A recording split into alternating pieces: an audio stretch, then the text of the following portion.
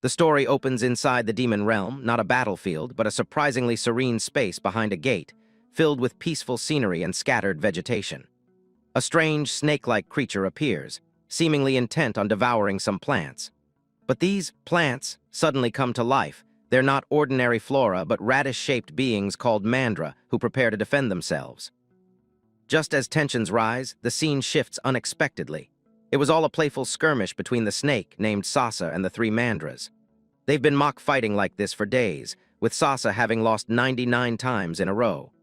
Overlooking them are two humanoid beings, one male with a hawk's head and a female watching the game with mild amusement. Nearby, a human applies moisturizer to some of the MANHWAs, who enjoy the pampering. Meanwhile, a cheerful girl races toward a cook named Se-jun, who's preparing mouth-watering dishes using his special sauce, omelets and fried rice that make everyone around swoon in delight. The protagonist quietly watches all of this, surrounded by joy and warmth, realizing that life in the demon realm may not be so terrible after all. Flashback to the human world, one day, a gate opened to the demon realm, unleashing chaos. As monstrous invasions began, hunters awakened to protect humanity. But awakenings became rare, and the human defense began to crumble. In desperation, humanity turned to science, creating artificial life forms called chimeras, beings born from mixing human and animal DNA with monster cells and gate minerals, often using prisoners as test subjects. The result was a breakthrough. Chimeras became humanity's strongest weapon, drastically reducing casualties and helping stabilize the world. However, decades later, illegal labs began producing high-grade chimeras for the black market. In one such lab, scientists inspected a broken test subject, Chimera number 17. His arm was rotted and his brain partially damaged, making him unresponsive without direct orders. The researchers considered him a failure, fit only for disposal. The director, cold and calculating, decided to deploy number 17 on a gate-sealing mission, not to succeed, but to die there without a return order. Soon after, inside the demon realm, number 17 fought alongside a group of adventurers. But he didn't need help. He single-handedly obliterated monster after monster, using devastating powers like a spirit bomb to clear the battlefield. The adventurers were in awe, reduced to mere looters trailing behind his wake. Despite his damaged mind, number 17 showed unmatched strength and endurance. Days passed, the monsters kept coming, and yet the gate remained open. Eventually, the gate began to collapse. The adventurers prepared to retreat. One female hunter questioned whether they should bring number 17 back, given his crucial role in their survival. But the orders were clear: he was to be left behind. Her companion coldly reminded her that chimeras were emotionless tools. But number 17 had begun to understand. Even as he kept fighting, he realized no return order had come. As monsters overwhelmed him, tearing at his body, number 17 continued to defend the retreat route, fulfilling his mission to the end. Left behind and abandoned, he was ultimately destroyed. Later, the mission report revealed an astounding result. Not a single hunter died, and Chimera number 17 had defeated 1,823 monsters alone. At the moment of death, Chimera number 17 was remembering a forgotten past, which was vaguely appearing inside the Chimera's mind. He remembered, somehow, that he was once a complete human being and was abducted at the age of 9. A flood of images unfolded before his eyes, and even when the broken brain of the Chimera could not understand anything, he just watched everything silently. 80 years ago, he was born. Then, 70 years ago, he was inside an orphanage, fighting off the bullies that bullied him, and then getting punished when it was not his fault. It was then that he got out of the orphanage and tried living on his own, but it was too harsh. Some people came to abduct the little boy, chaining him and performing multiple experiments on him as a subject. Inside the illegal lab, he was chained down and given the number 17. He was administered S-class silk cocoon larva cells as the scientists waited for any reaction to appear. But even after multiple days, there were no side effects. Instead, 17 had gained special abilities. Still, his human appearance and consciousness were maintained because of his rare constitution.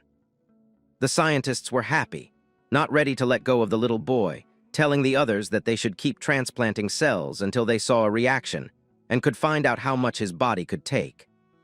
64 years ago, even after administering multiple monster fluids, 17 was not showing any side effects and was instead gaining multiple abilities. cleaning floors with the monsters while using his physical and mental abilities, along with having skills that were once only special to monsters. One such day, while defeating a monster, 17 saved a lady and her daughter, who thanked him for saving them. But just as he turned around, he started showing signs of forgetting the orders given to him. 59 years ago, the condition worsened, and 17 wondered about what he had just been doing. One scientist noticed that 17 was having trouble remembering things. The psychotic scientist, however, was happy because side effects had finally begun to show. 54 years ago, we see that the scientists were recording something, that after transplanting over 500 types of monster cells for over 50 years, 17 had become an S-class chimera, and now it was impossible to measure his potential.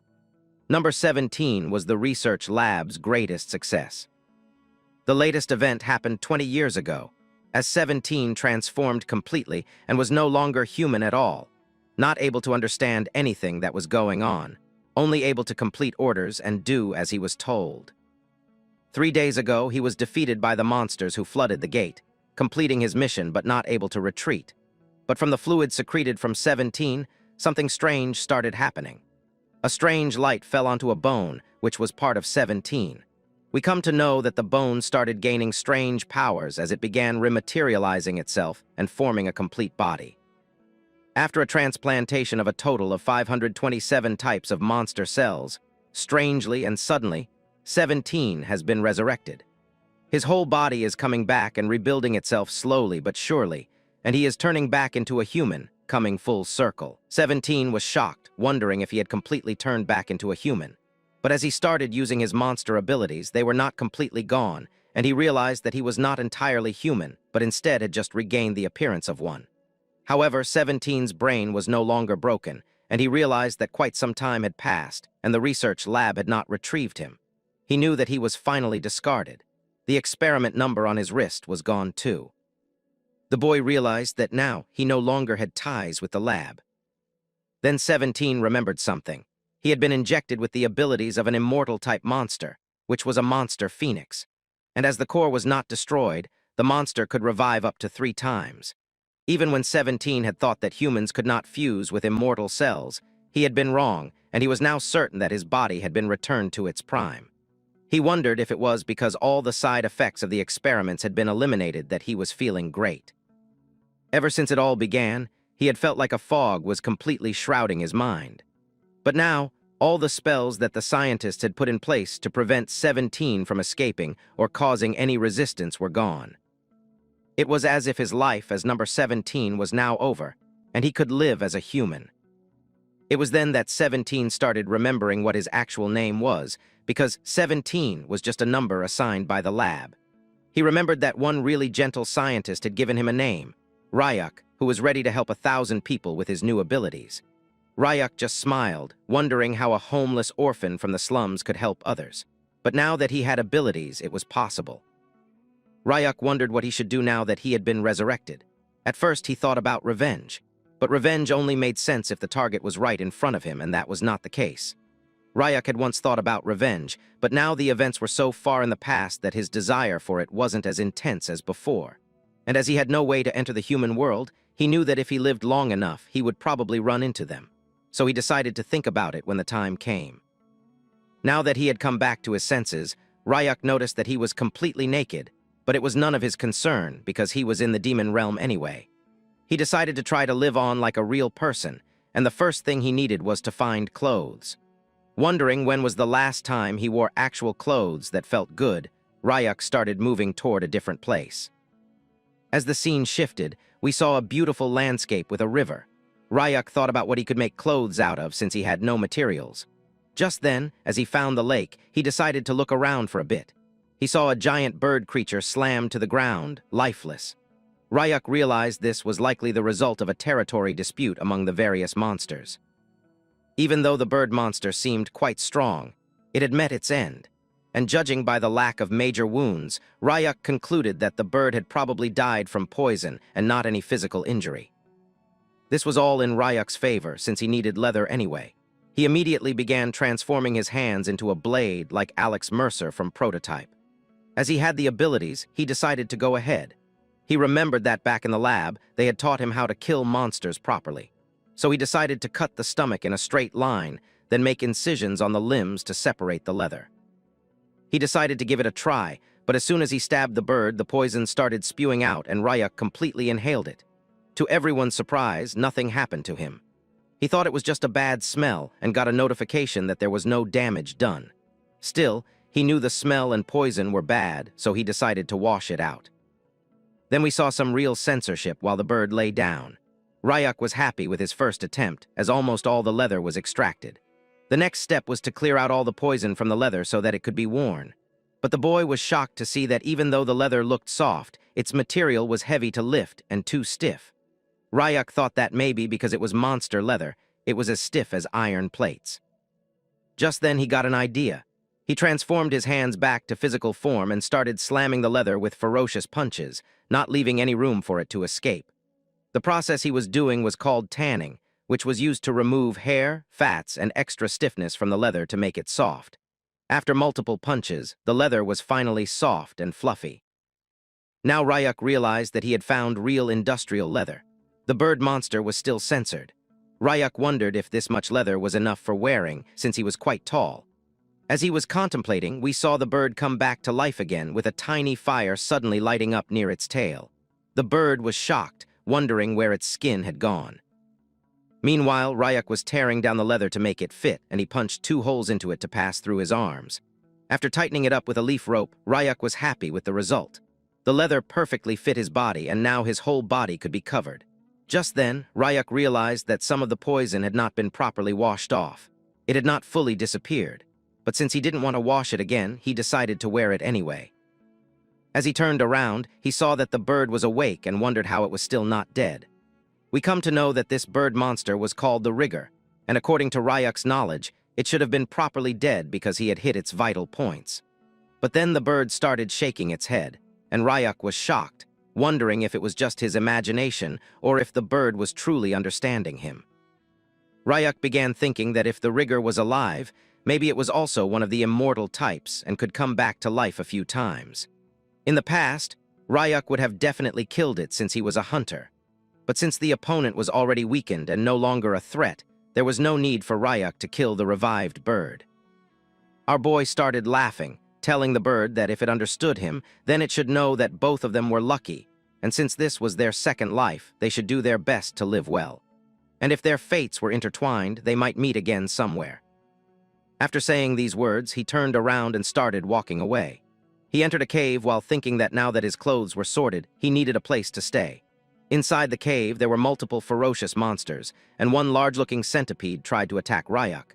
But in front of his raw power, it was nothing.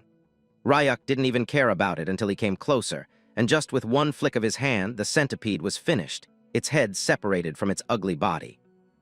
Meanwhile, Ryuk was contemplating that the cave was too dark, so he decided not to live inside it. The scene shifted to a heavily snow-falling area, like an avalanche. Multiple monsters were shocked because when they tried to attack Ryuk, it backfired. The boy thought it would be tough to find food, so he rejected the place too.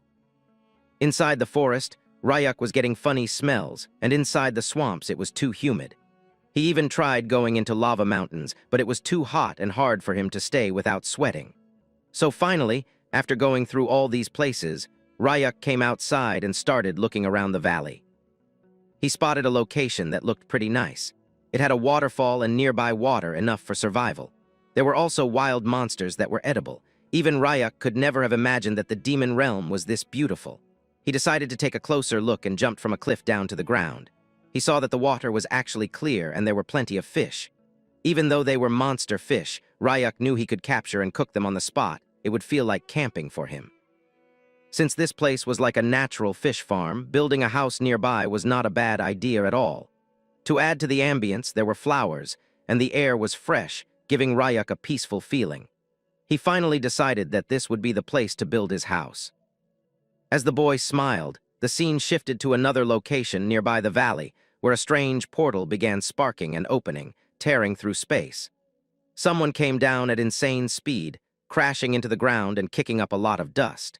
It was a small creature with robotic hands and red eyes, while a greatly evil aura emanated from him. As the robot looked around, He wondered if this place was the demon realm. Meanwhile, the scene shifts back again, and we see that Ryuk was looking at the spot where he was thinking of building his home, finding it good because he could also hear the sound of the waterfall about 10 minutes away. He finally decided to build his own house, and first, he needed a place to build it. So he used his powers of the Chimera to cut off multiple trees and to plane out the area a little so that he got a plain surface to build on and some wood to build with. He levitated multiple logs together and separated the good quality wood from the bad quality ones, knowing that it should be good enough. As Ryuk was walking around, he realized that the ground was too bumpy and needed cleaning up. So he slammed onto the ground with his monstrous whips and took out the tree roots with a jolt, clearing out the ground like a playing field. Knowing that the sunlight would come directly inside his house, he just moved his hands and feet according to what he felt. But still, the place was nice and clean. He started picking up the heavy logs and decided to choose the strongest ones and create pillars at the corners. After doing this, he was really having fun building his first house. Then he took slightly weaker wood and formed planks out of them and laid them onto the floor. For the walls, he decided to use mucus from the snail-type monsters, as he did not have any nails and needed to stick the logs together.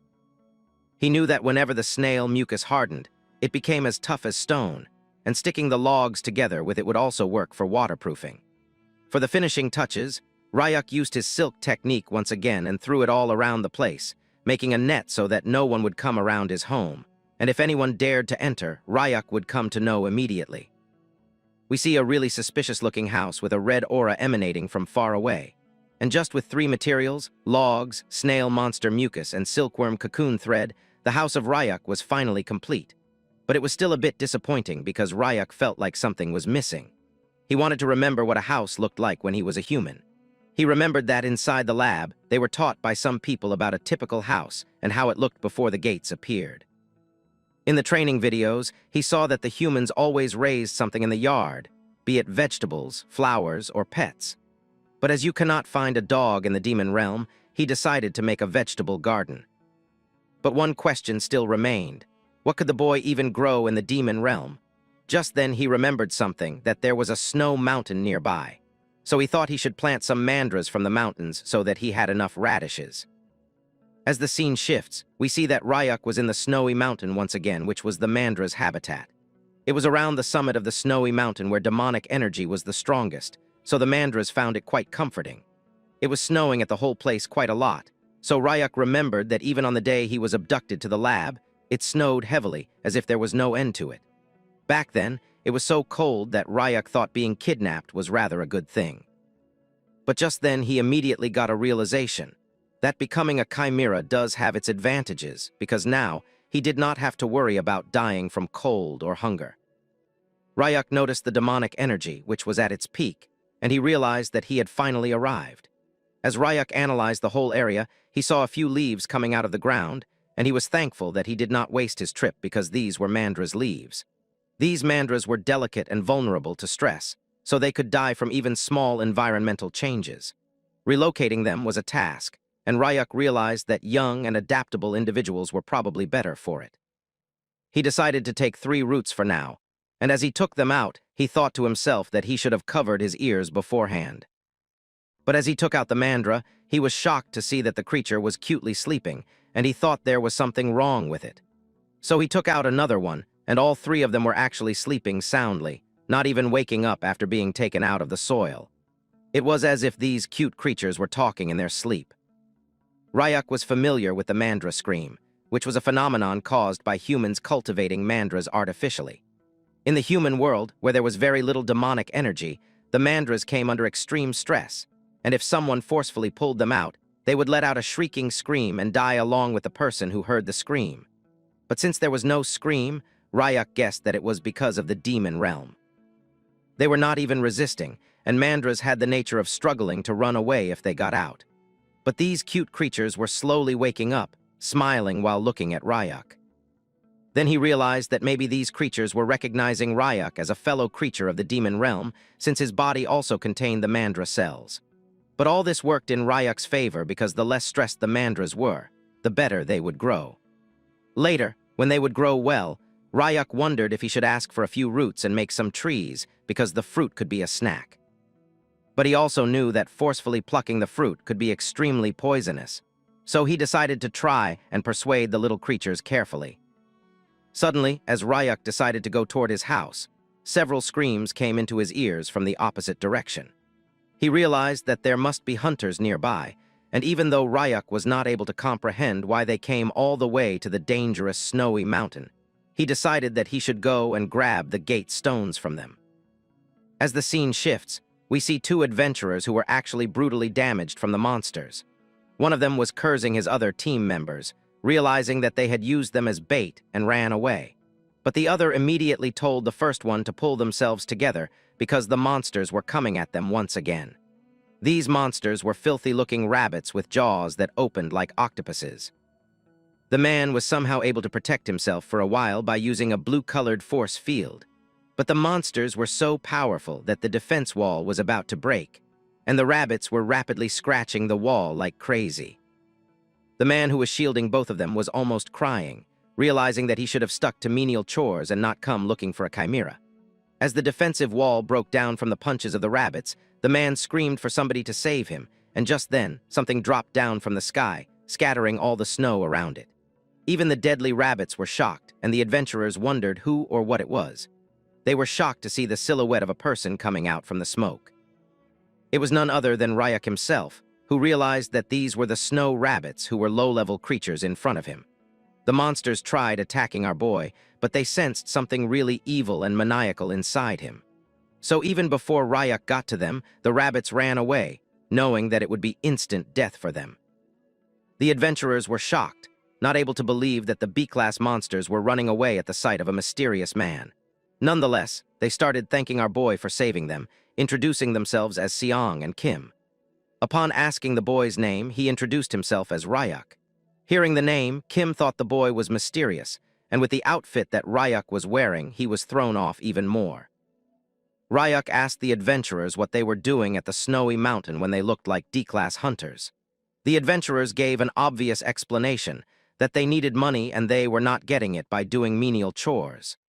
They explained that they had received a request to capture a chimera, and as the reward was good, they decided to do it. Rayuk was alerted, wondering if they were searching for him instead.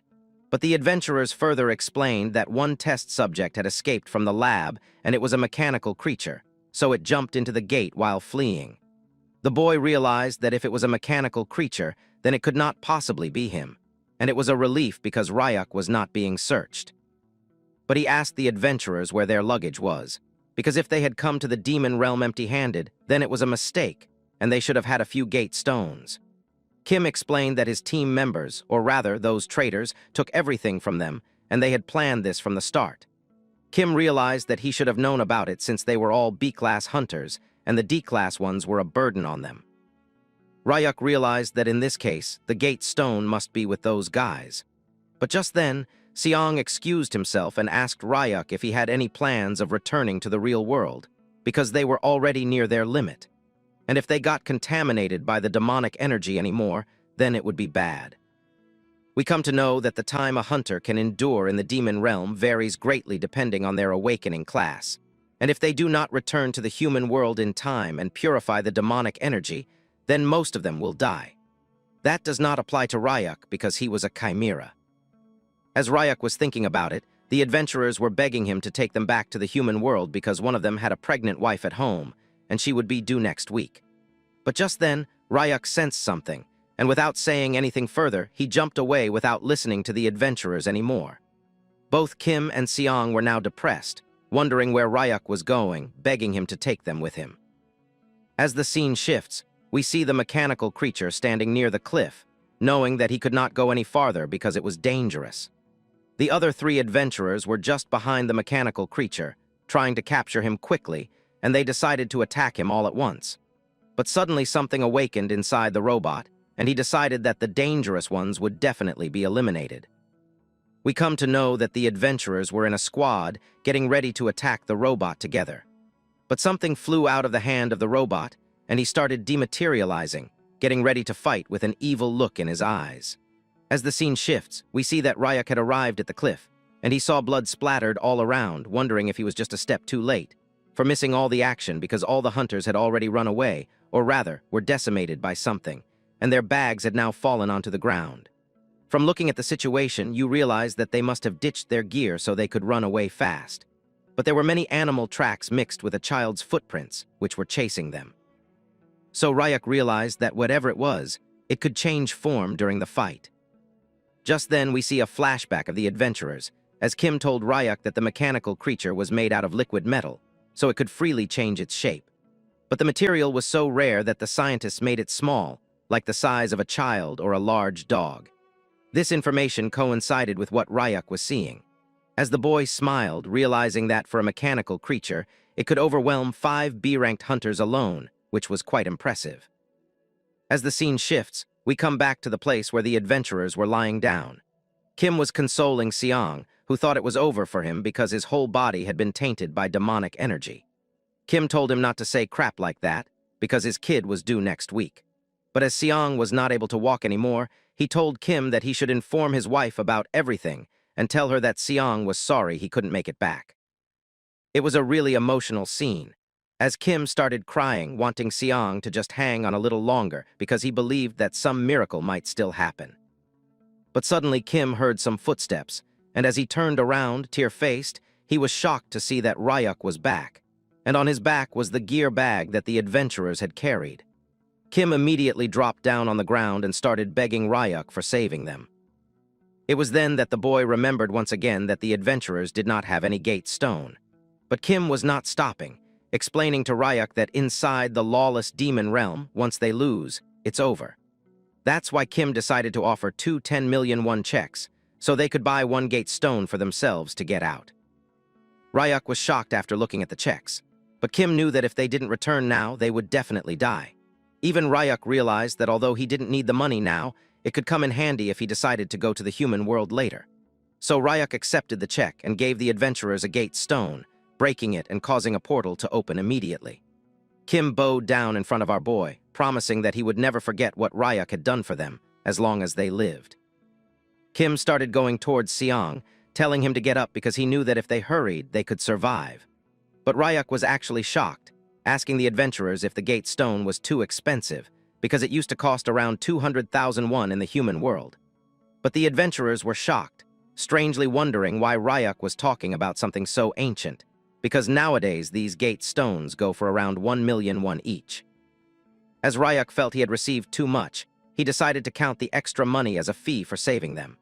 The boy tapped Kim on the shoulder while a blue energy flared out from the adventurer, and even Seong was now having the same condition.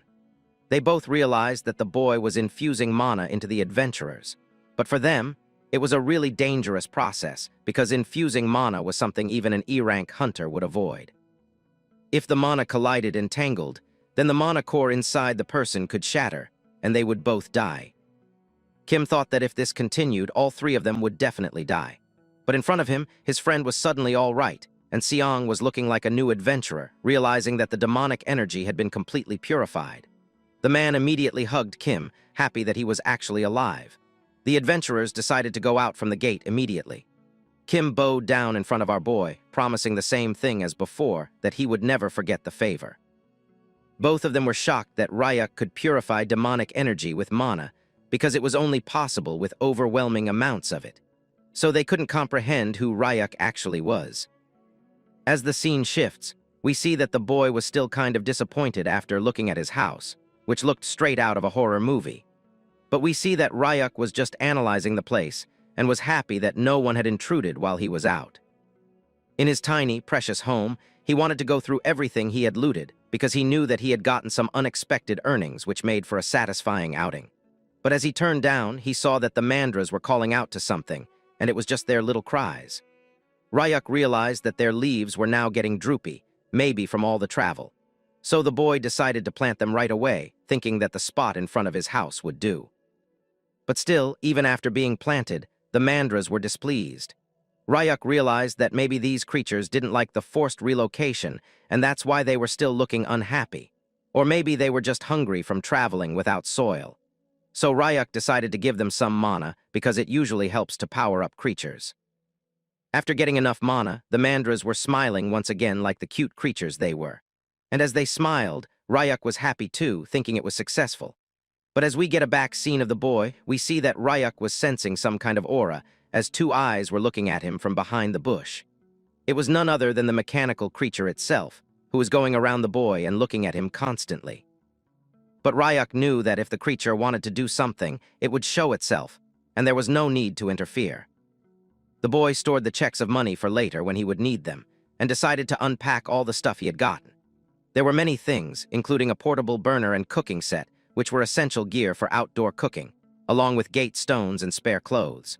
There were 8 gate stones that let the user travel freely between the human world and the demon realm. And with the spare clothes, Ryuk had some extra wear, but he realized that they were contaminated and needed washing. The boy had also gotten 2 sleeping bags, so now he didn't need a bed to sleep. But suddenly Ryuk noticed that inside the bag was a bowl of ramen, and he remembered that the last time he had it was back in the orphanage. As he was hungry, he thought it was the perfect time to cook some ramen. He read the ramen cooking instructions and went out to grab some water. But just then, multiple monster fishes came attacking the boy. He was as calm as he could be, just like Lin, as he decided to flick the fishes lightly so they wouldn't get decimated. He thought that fish might taste good inside the ramen. And for eggs, he grabbed some monster eggs instead of actual poultry eggs, along with something crunchy to substitute the green onions and other toppings for taste. As the ingredients were ready, he decided to go back inside. But we see that the mechanical creature was also following our boy, and its stomach was rumbling like crazy as it realized that Ryuk was going to cook. On the other hand, the boy turned on the pocket stove and started cooking the ramen altogether with all the ingredients at once.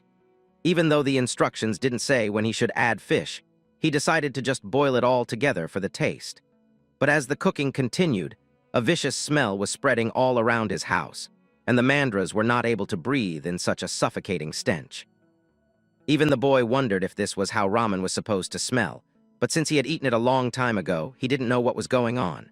Meanwhile, the mechanical creature was also getting attracted by the cooking smell.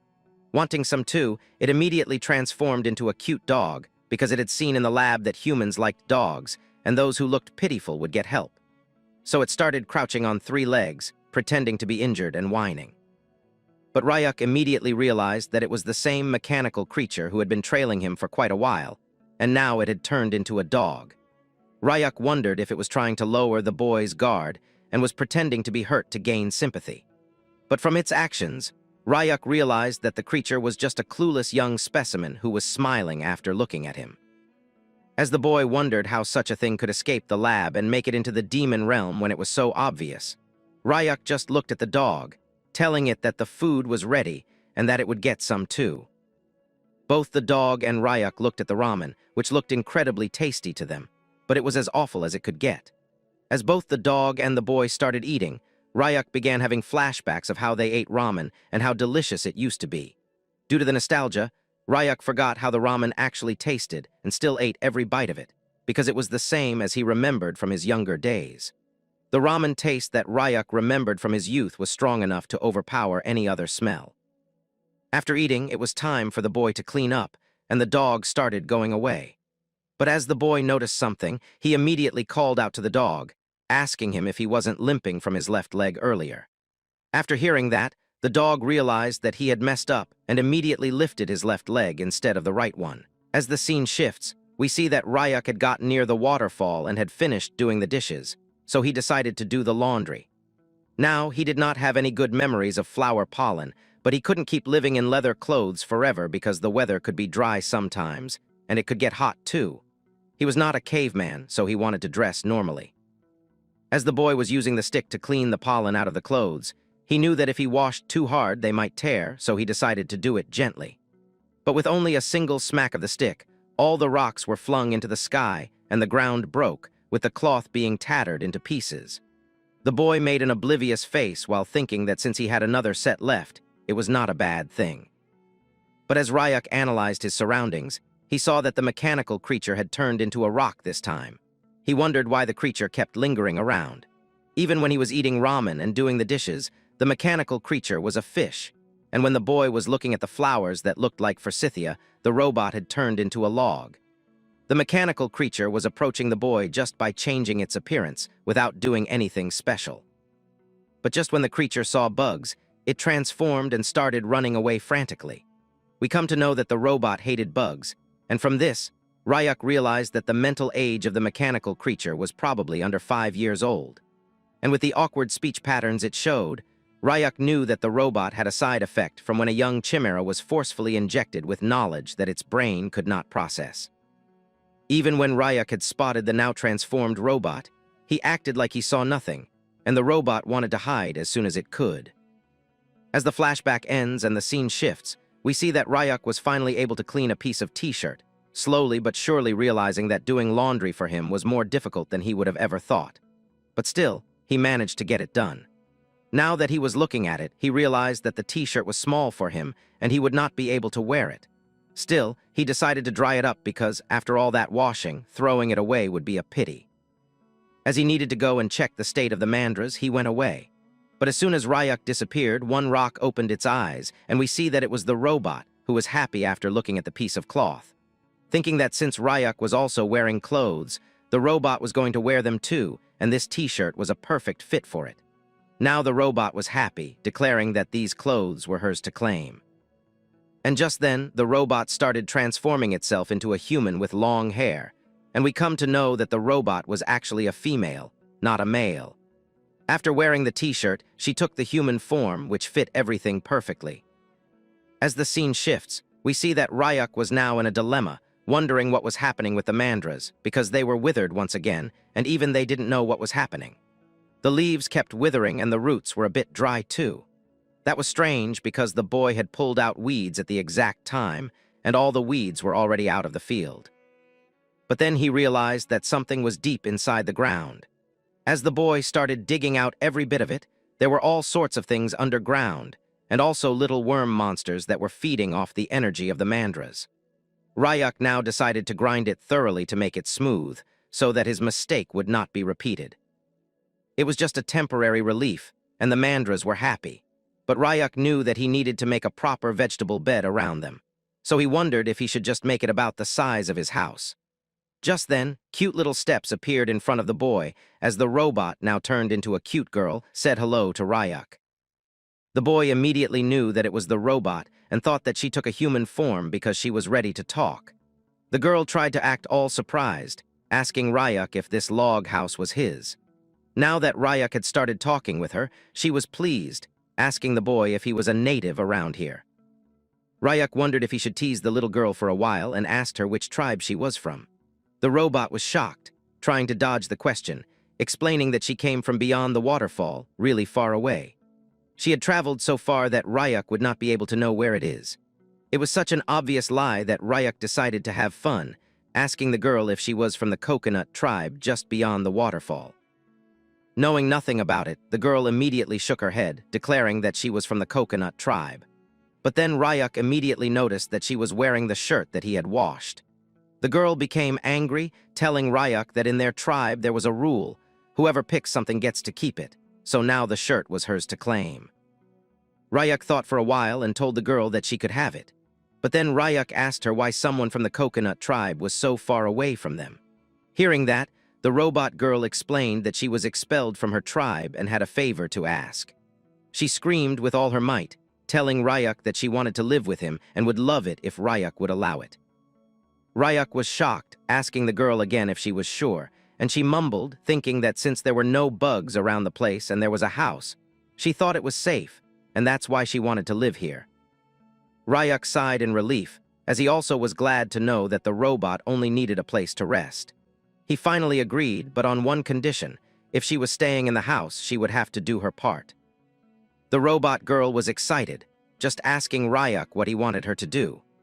Ryuk told her that he needed help plowing the vegetable bed and wondered if she could help him because he wanted to build a new home for the mandras. Hearing that, the girl immediately grabbed the wooden stick from Ryuk's hand, telling him to leave it to her since she was really strong and confident with physical labor. It was then that we saw a shocking transformation, where the girl was able to plow the whole field and make all the worms get out with insane strength, which was unimaginable for such a small body. Now that she was happy, she was no longer hiding her true identity at all, which could be revealed from the power she possessed. But Ryuk thought that maybe it was something else completely. And as she had lived in the lab for her whole life, she didn't know what a normal kid was like. So she was doing her best to impress Ryuk. The boy asked her about her name, introducing himself as Ryuk, and this made the girl stop because she didn't have a name. But to impress the boy, she knew she would have to make a new name, just like the pretty flower she had seen earlier. She declared herself as Nari. Ryuk joked about her being too narrow. The girl screamed that it was Nari instead. As the scene shifts, we see that the whole place was done, and the vegetable bed was ready after just a few moments. Ryuk had also made a stone fence, which was not letting the soil slip. Now all the Mandras were happy after getting their new home. Even Ryuk realized that the creatures were happy and that he should have plowed the field earlier. But suddenly, Nari started crying, and Ryuk wondered why she was crying all of a sudden. We then come to know that the Mandras who were playing in the field were reminding her of her friends. But Ryuk was sure that there was no way those kinds of things existed at the research lab. Before he could inquire any further, Nari was stunned, and Ryuk wondered what was happening. A dark miasma started coming toward the beautiful place, and the whole place turned into a red hell. Nari got down onto the ground, shivering, not even able to get up. Ryuk told her not to be scared, because it was just the sound of monsters hunting each other. It was then that Nari revealed that before she came to the valley, she saw a monster that looked like a chick, and several monsters were attacking it. Even Ryuk could sense that Nari was telling the truth, and somehow she was also feeling that the chick was hurting badly, as it had gotten bitten by some venomous monsters. Ryuk explained that the chick was going to be eaten soon, because this was the demon realm, and it was a place only for the truly strong. But then Ryuk suddenly asked the girl if she wanted to save that monster. As a chimera who was only able to follow orders, she told Ryuk that she couldn't save the monster, even though her body was resisting it. Ryuk immediately realized that the side effects of the mind control command were still lingering inside the robot, and it couldn't move according to its own will. Ryuk wondered if he should help the girl a little, but in a way that didn't sound like a command. So instead of commanding, Ryuk asked Nari if she wanted to go and check on the bird, because if she helped, maybe the chick could survive. Hearing that, Nari immediately flew away, telling Ryuk that she would be back after the lookout was done. As the scene shifts, we see that multiple ant-like monsters were attacking a cute little cotton ball of a chick. But before they could eat the bird, Nari came to the rescue, kicking each and every monster that was coming toward the small creature. The girl was determined to save the bird. She remembered her past, when she was still the robot and everyone else hated her because she was placed first once again in a ranked match.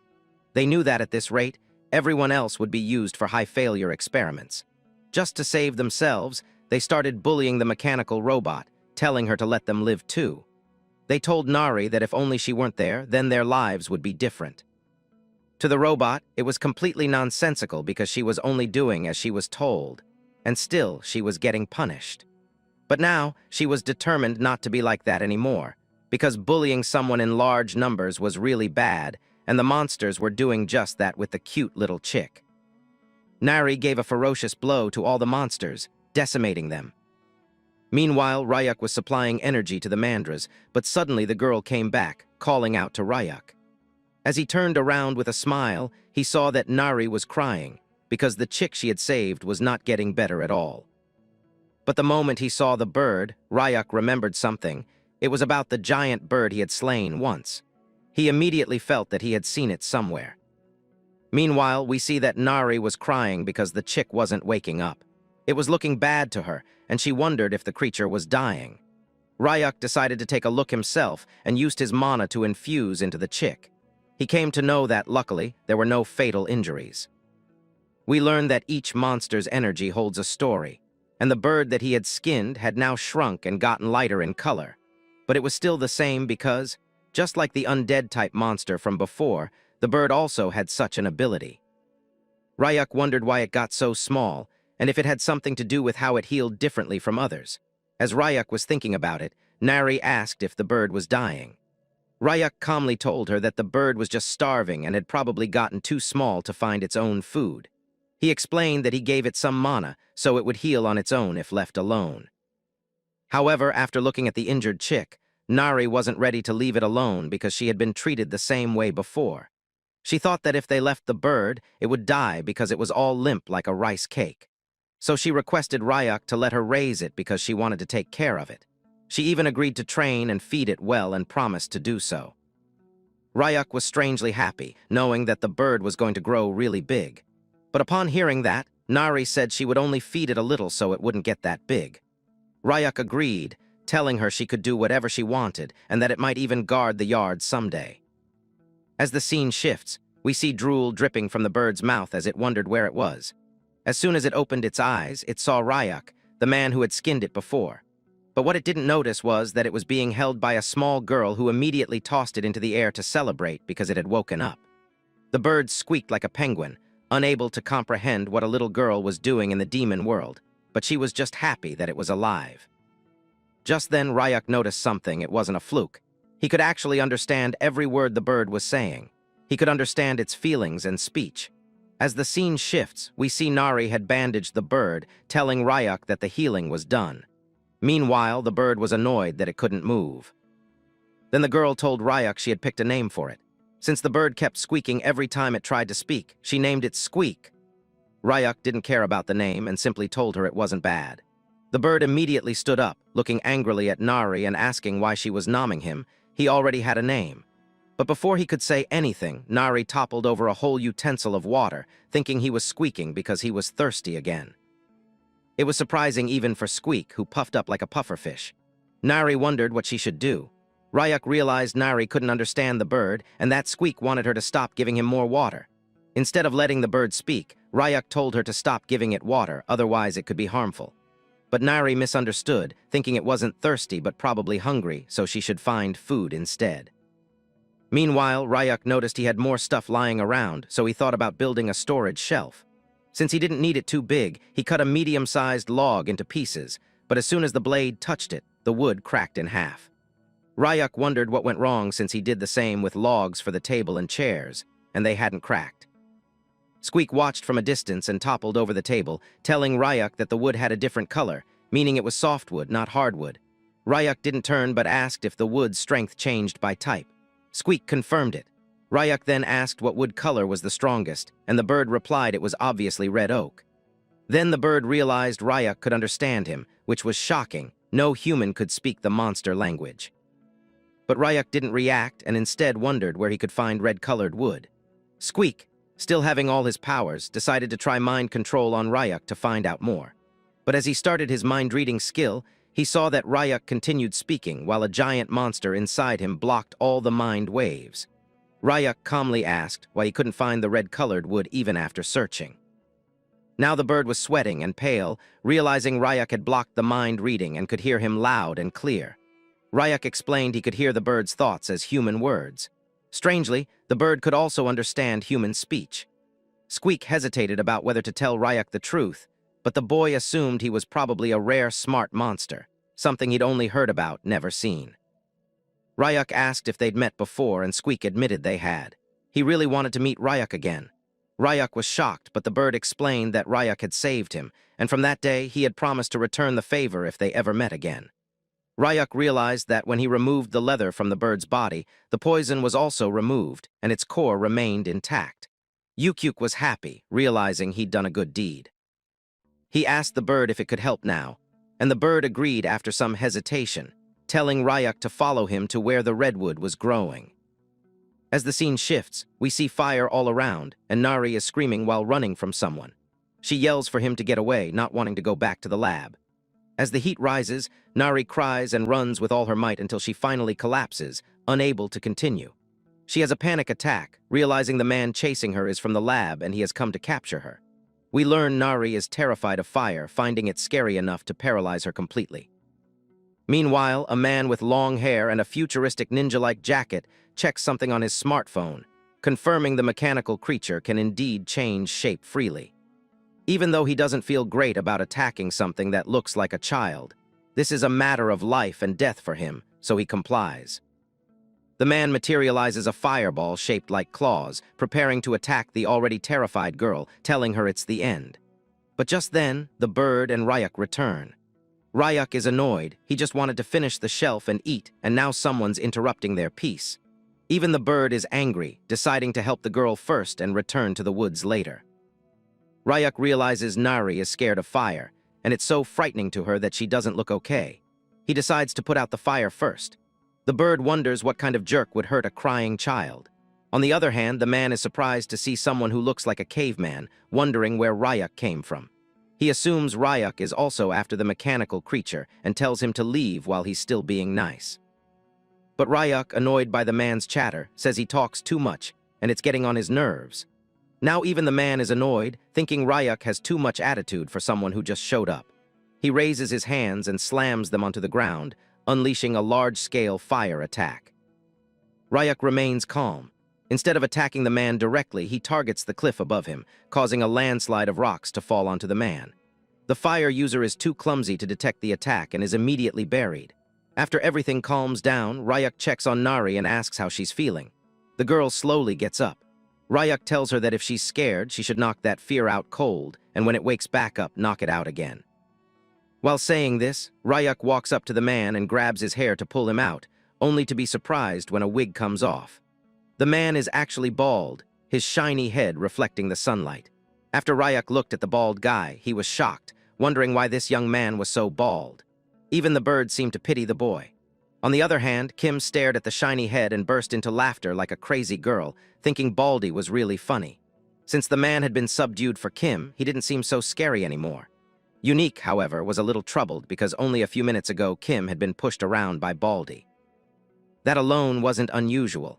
But then the bird told Ryuk that once he saw what it was about to show him, he would understand the situation better.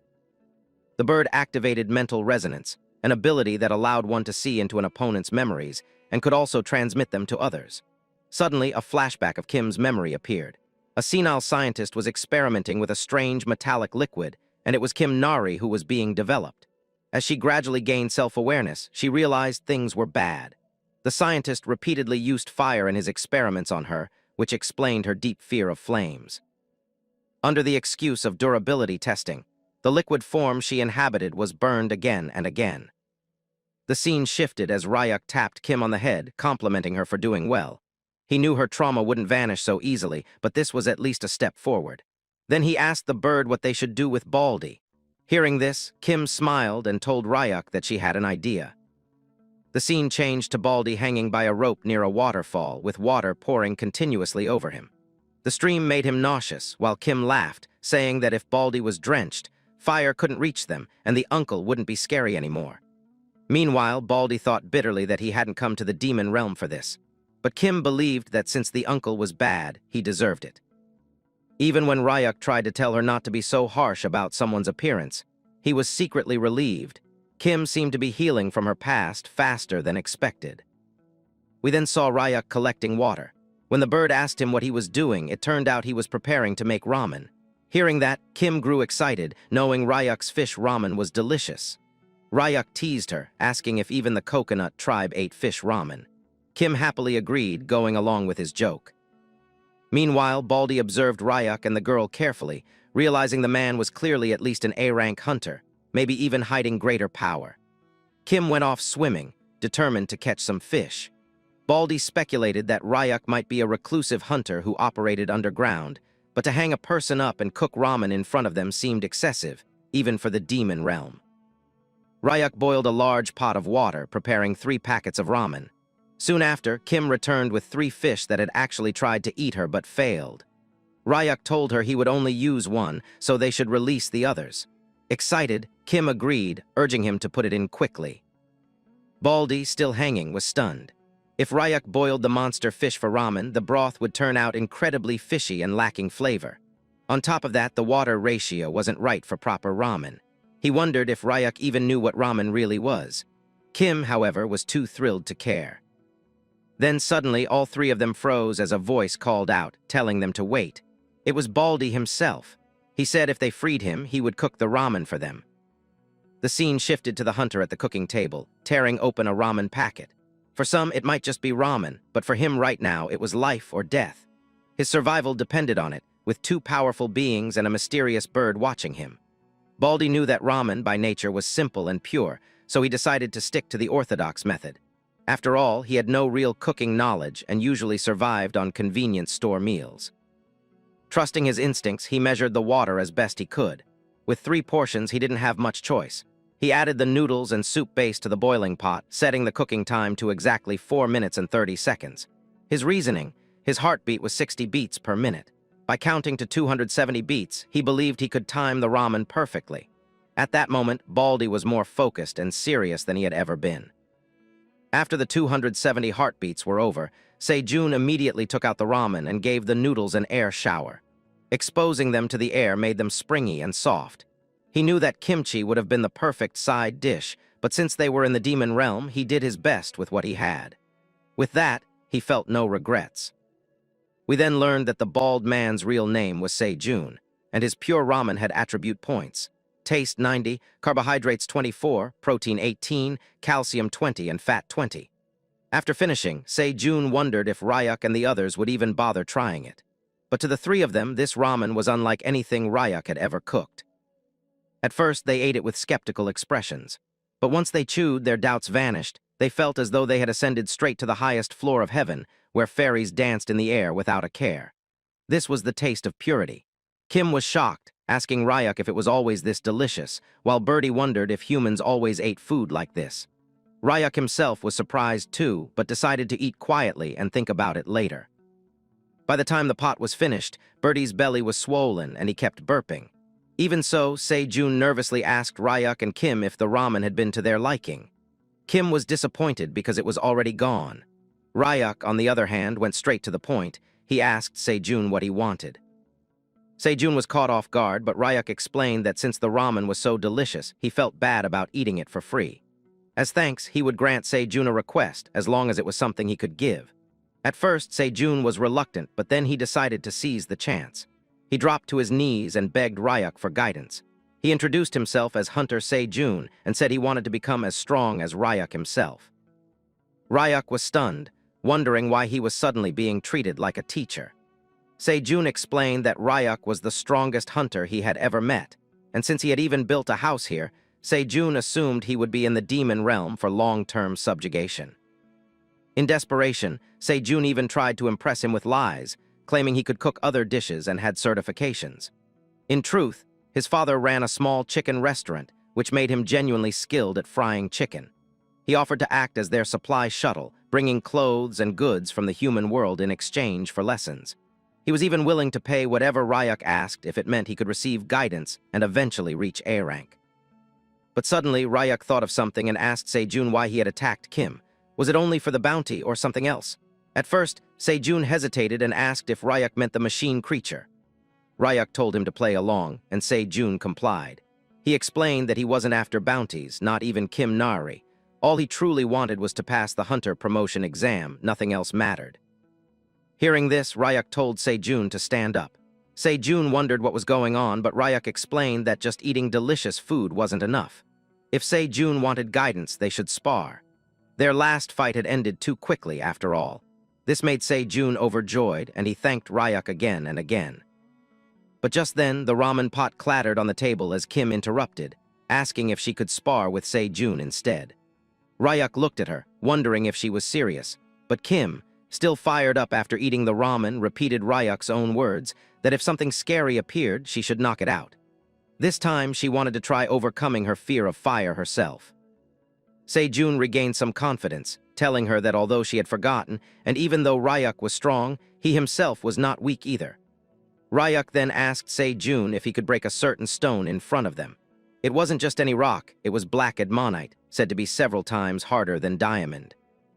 Se-jun hesitated, saying it would be difficult, and that one usually had to be at least E rank to break it. But before he could finish, the stone shattered into pieces. He froze in shock, and when he turned around, he saw that Kim Nari had destroyed it with a single strike. She now stood confidently, challenging Baldy, Se-jun, to a proper sparring match. Meanwhile, Se-jun's stomach growled loudly, as the smell of the finished ramen still lingered in the air. As the scene shifts, we see a flashback of the natural awakener, Se-jun, who was once a promising hunter. His first awakened ability appeared around the age of 8 when he lit his fire powers, a rare case since most awakeners awakened in their late teens. During his B-rank hunter test, he obliterated every opponent.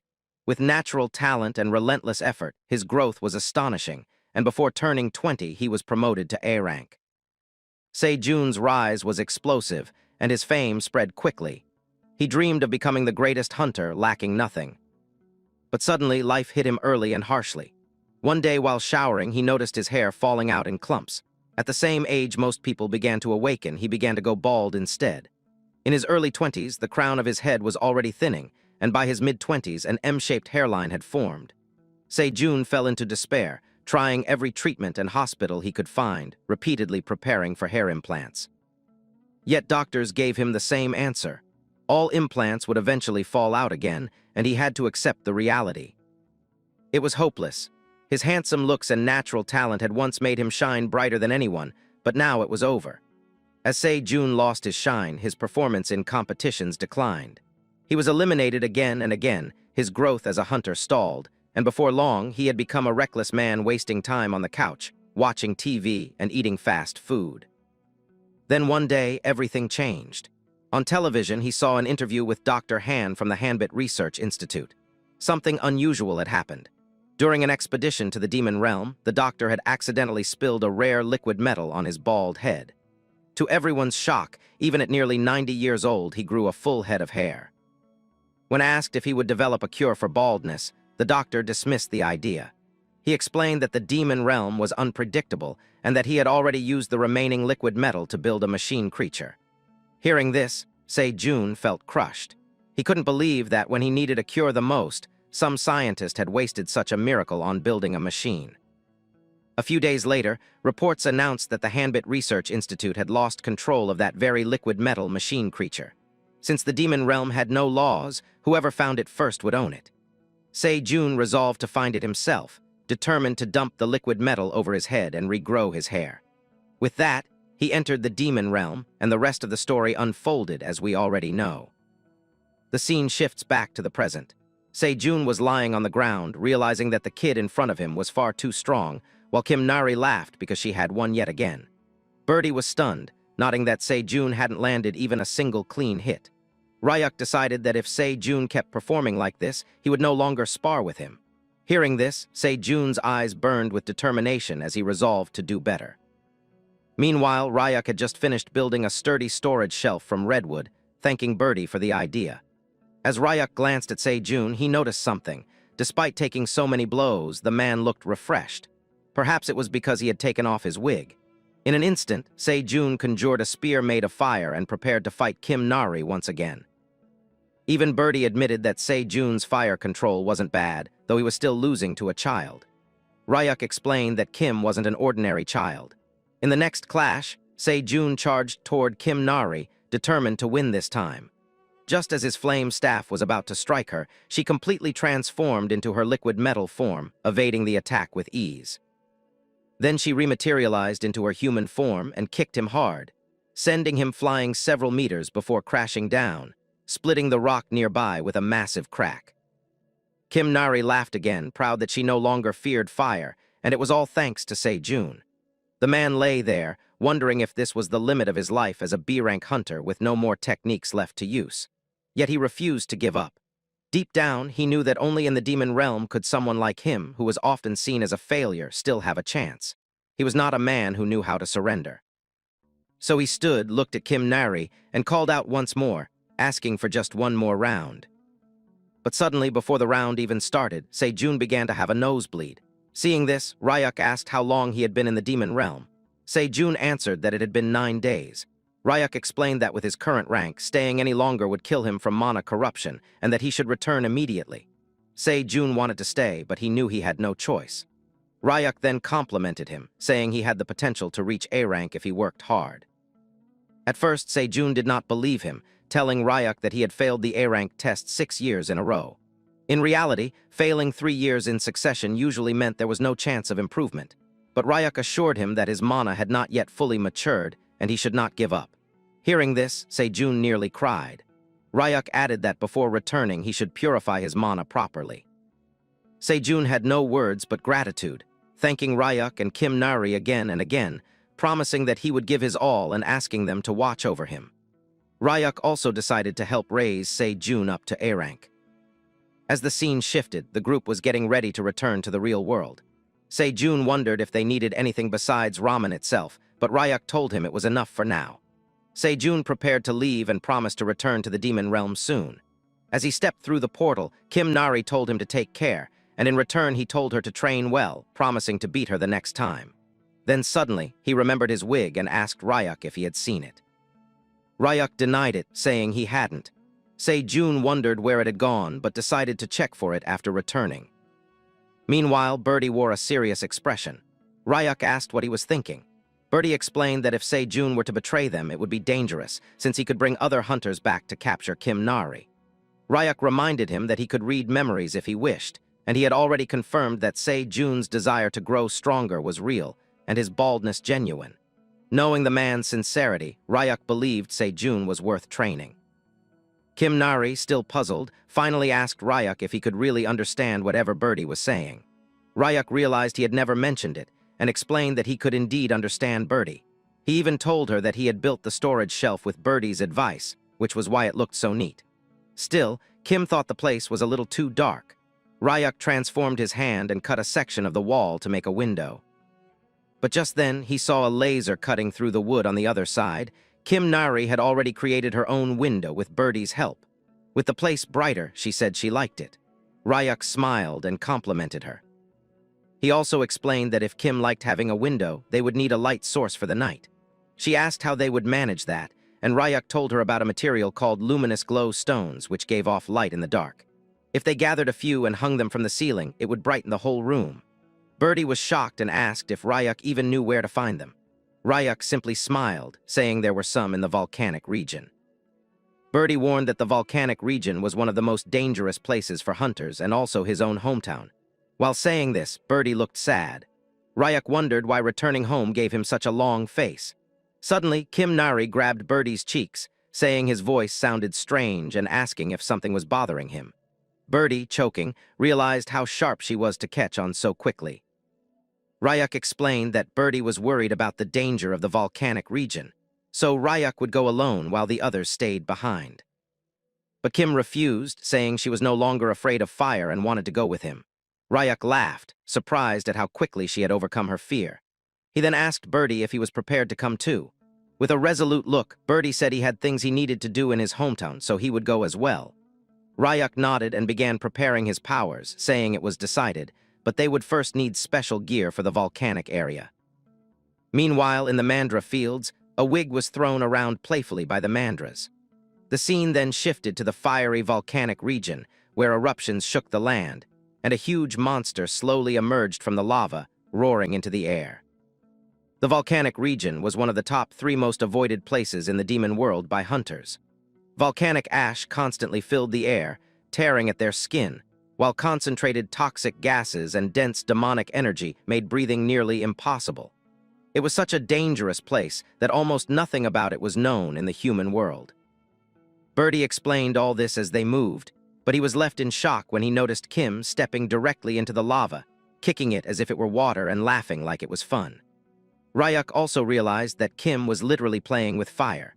Birdie knew she was originally a mechanical being, so it was somewhat normal for her, but what unsettled him was how Ryuk could also withstand the deadly atmosphere without issue.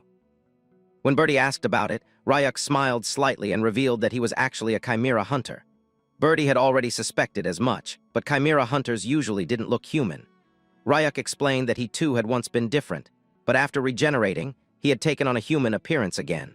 Then he turned the question back to Birdie, asking if he was really comfortable staying with them, since Birdie was a monster and hunters would normally dislike his presence. Meanwhile, Kim nearly burned her clothes before stopping, acting as though nothing had happened. Birdie replied that it wasn't so bad being with them. In fact, it was fun being able to talk to someone, and Ryuk and Kim didn't seem like bad people. Ryuk smiled, relieved by his words. Just then, Kim climbed out of the lava and noticed Ryuk talking with Birdie again, so she asked if they were having another secret conversation.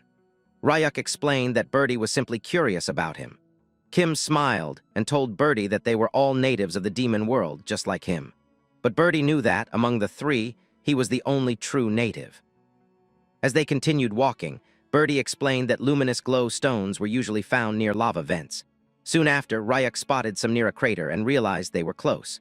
Kim, on the other hand, ran toward a cliff where lava was flowing and stood on top, eager to see more. Ryuk also noticed many luminous glow stones scattered around, but he also saw fire toads fighting within the smoke. The creatures were vibrant orange with rocky textures, but Ryuk noticed one of them seemed to be crying. Kim pointed out another one hidden in the smoke. Birdie explained that the female had died while carrying eggs on her back. Female fire toads carried their eggs that way during breeding season, and only females had the sunken back to hold them. Without her, the eggs would not survive, as the crater's temperature was far too high. That was why the surviving fire toad seemed so distressed. Kim grew emotional after seeing it, while Ryuk thought for a moment and told her to wait. He jumped down toward the creatures, and Kim wondered where he was going. As the fire toad noticed him, it gurgled angrily. Birdie warned Ryuk that the creature was extremely sensitive at the moment and might think he was a threat. The toad quickly lashed out with flames, but Ryuk calmly reached out and tapped its head with a finger. He released a small dose of paralysis toxin from a Neca cobra, explaining that it would not harm the creature since fire toads were immune to toxins. It would only immobilize it briefly. Kim shouted in worry, but Ryuk reassured her he was fine, since he carried fire toad cells within himself. Assessing the situation, Ryuk knew nothing could be done for the dead female, but the surviving one still had a chance. As the paralyzed toad lay still, Ryuk carefully placed the abandoned eggs onto its back, telling it to hold on until they hatched. Soon after, the toad recovered and turned toward the resting female, almost as if to say goodbye. Then it leapt high into the air, landing heavily some distance away. Kim was stunned as it turned to look at her one last time before moving away, leaving them all in silence. The fire toad began hopping away. As it moved, Kim realized the creature had looked back at them, and it almost seemed like it was thanking them.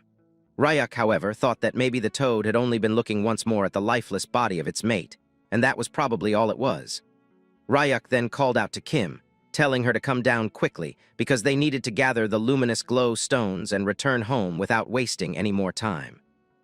Kim became excited, deciding to dig the stones out quickly so they could head back. She began plucking luminous stones from the cracks, admiring how pretty they were. Ryuk reminded her to be careful, warning that she could get hurt if one slipped and fell.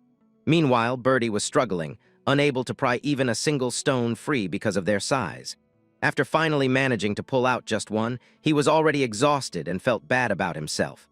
Ryuk noticed his fatigue and asked if he was all right. Birdie thought to himself that once, when he was bigger, he could have tossed and played with these stones easily, and if he had not shrunk, it would have been different. But Ryuk told him he didn't need to help with mining. Instead, he should just focus on the errands he needed to handle in the volcanic region.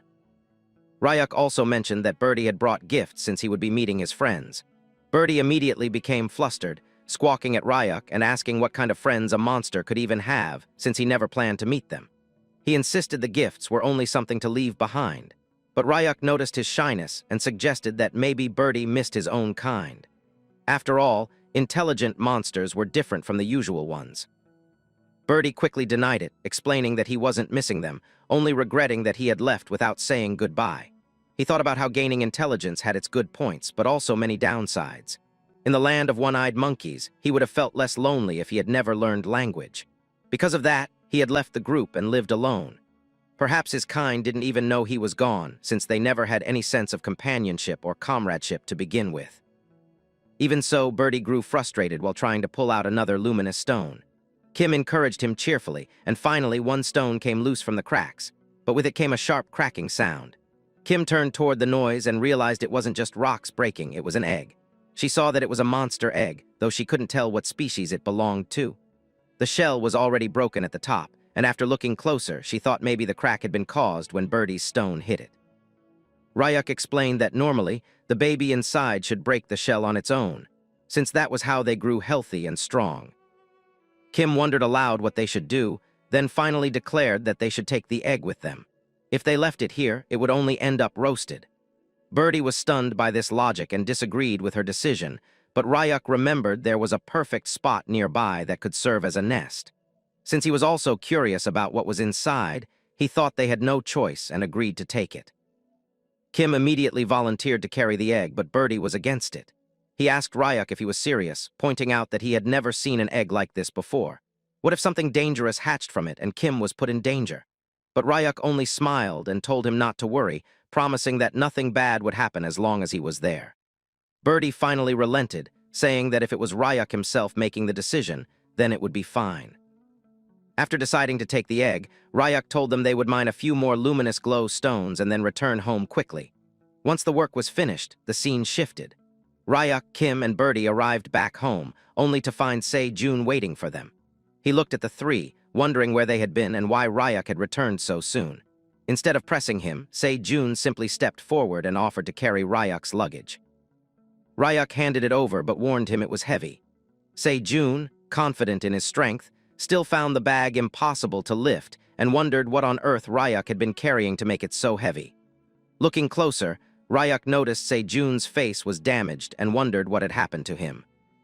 Meanwhile, back in the volcanic area, a giant packet of ramen had been left behind by Birdie as a gift. His monster friends were eating and dancing around it, completely absorbed in the flavor.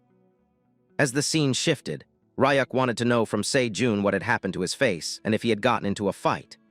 Ryuk had never thought of him as the type who would end up beaten, yet according to Se-jun, he often got hit by Kim back in the demon realm. Without giving a proper answer, Se-jun quickly ran off, calling out that he was hungry and urging Ryuk to hurry with the meal. The focus then moved to Ryuk, who was busy carving luminous stones. Kim came over and asked him what he was working on.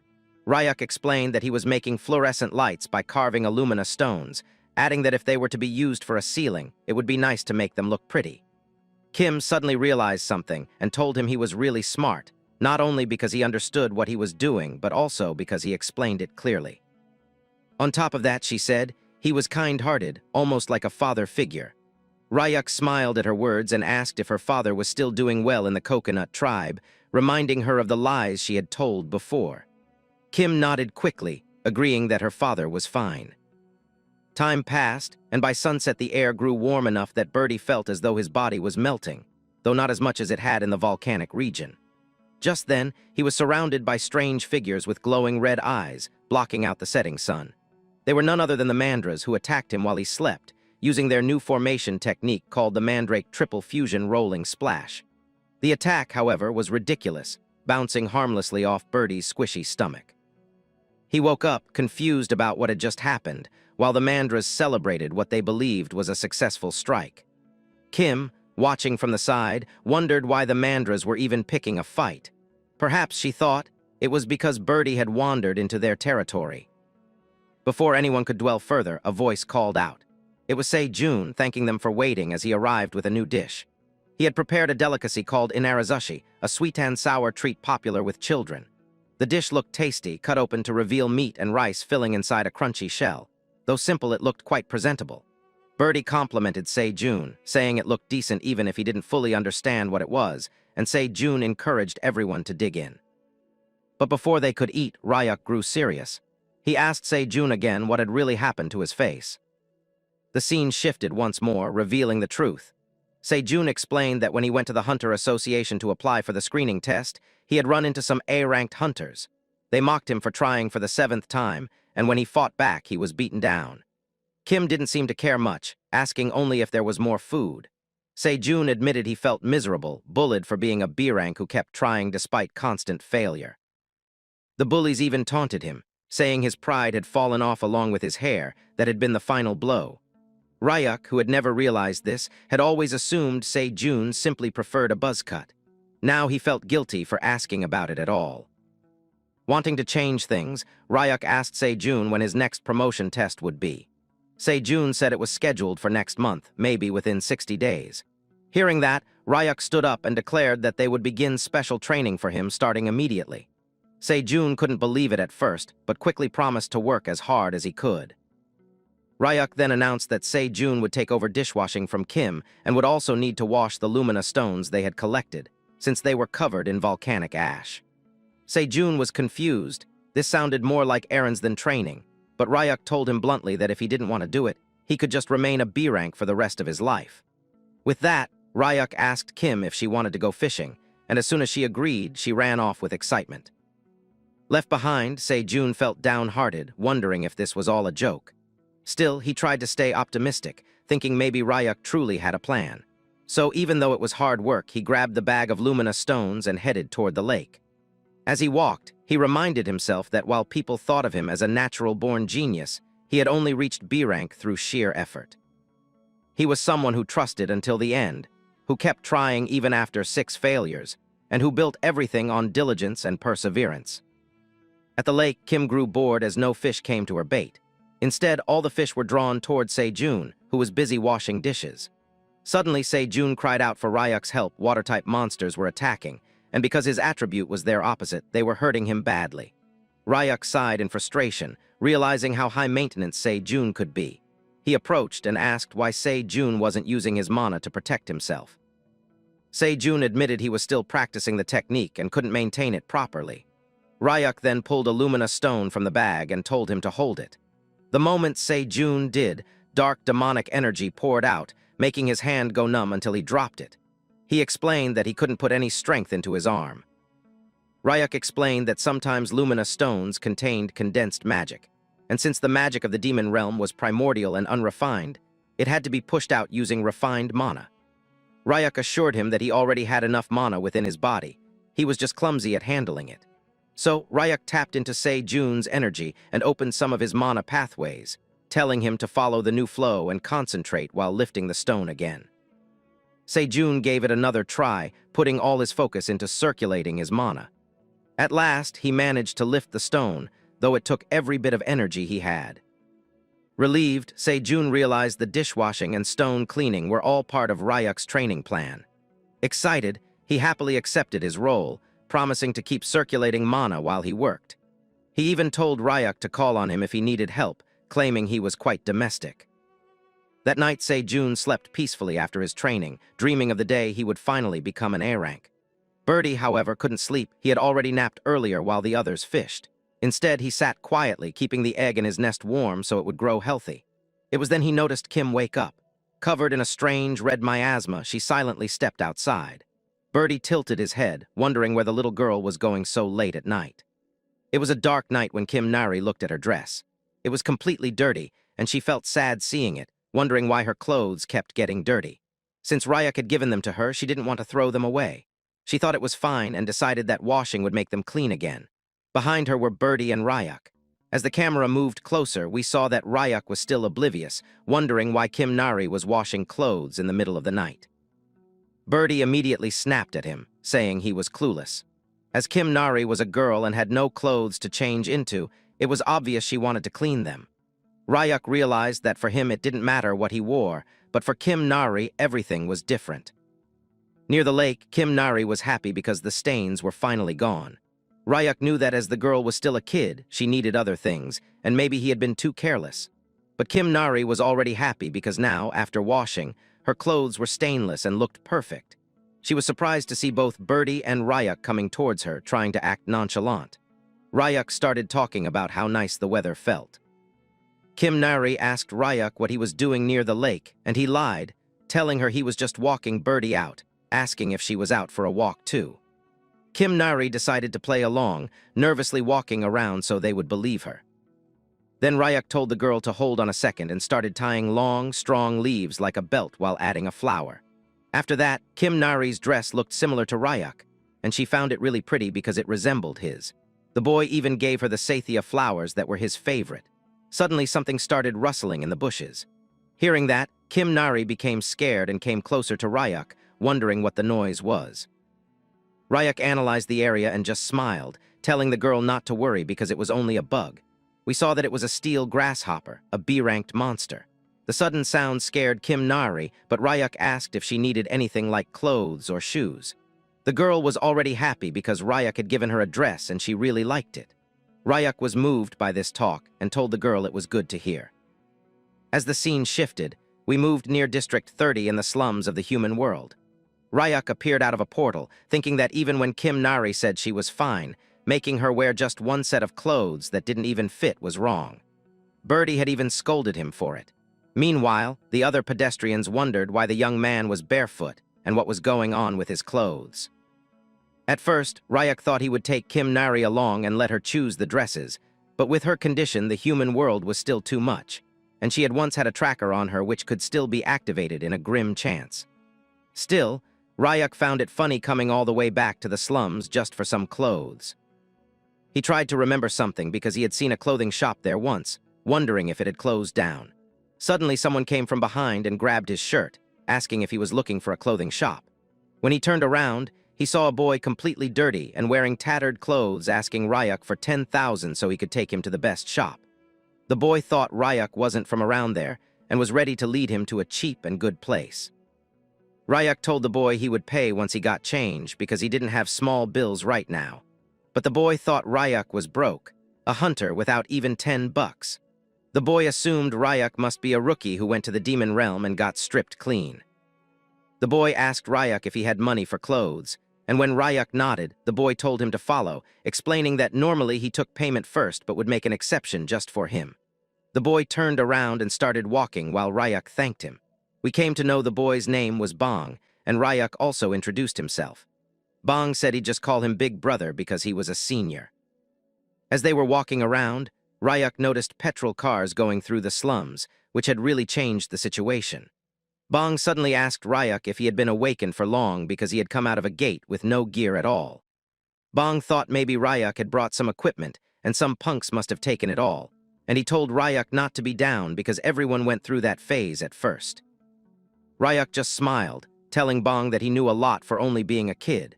Hearing that, Bong started shouting that he wasn't a kid, that he just hadn't grown because of malnutrition, and that he was already 17. Rayuk didn't care much and turned to look at something else. Bong told him not to go near District 13 because the place always had a bad reputation, but recently the space gang from District 11 had expanded there, and even the cops had given up.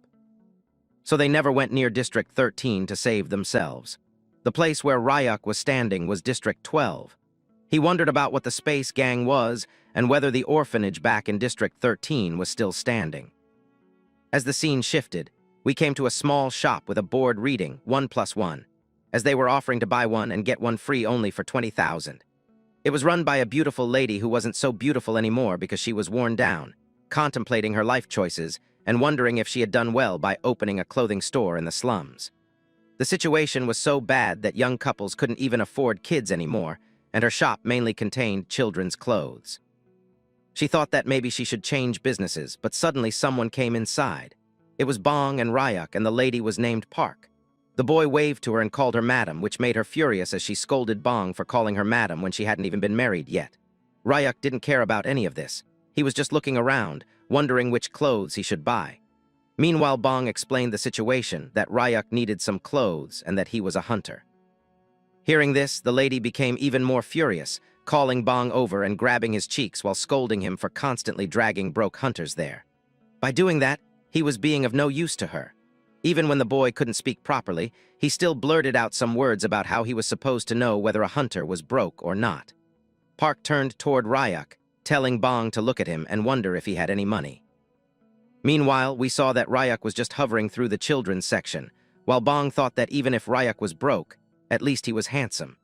Now Bong was furious too, explaining to the lady that she was the one who had said that if he saw any pitiful hunters who reminded her of her dead brother, then he should bring them.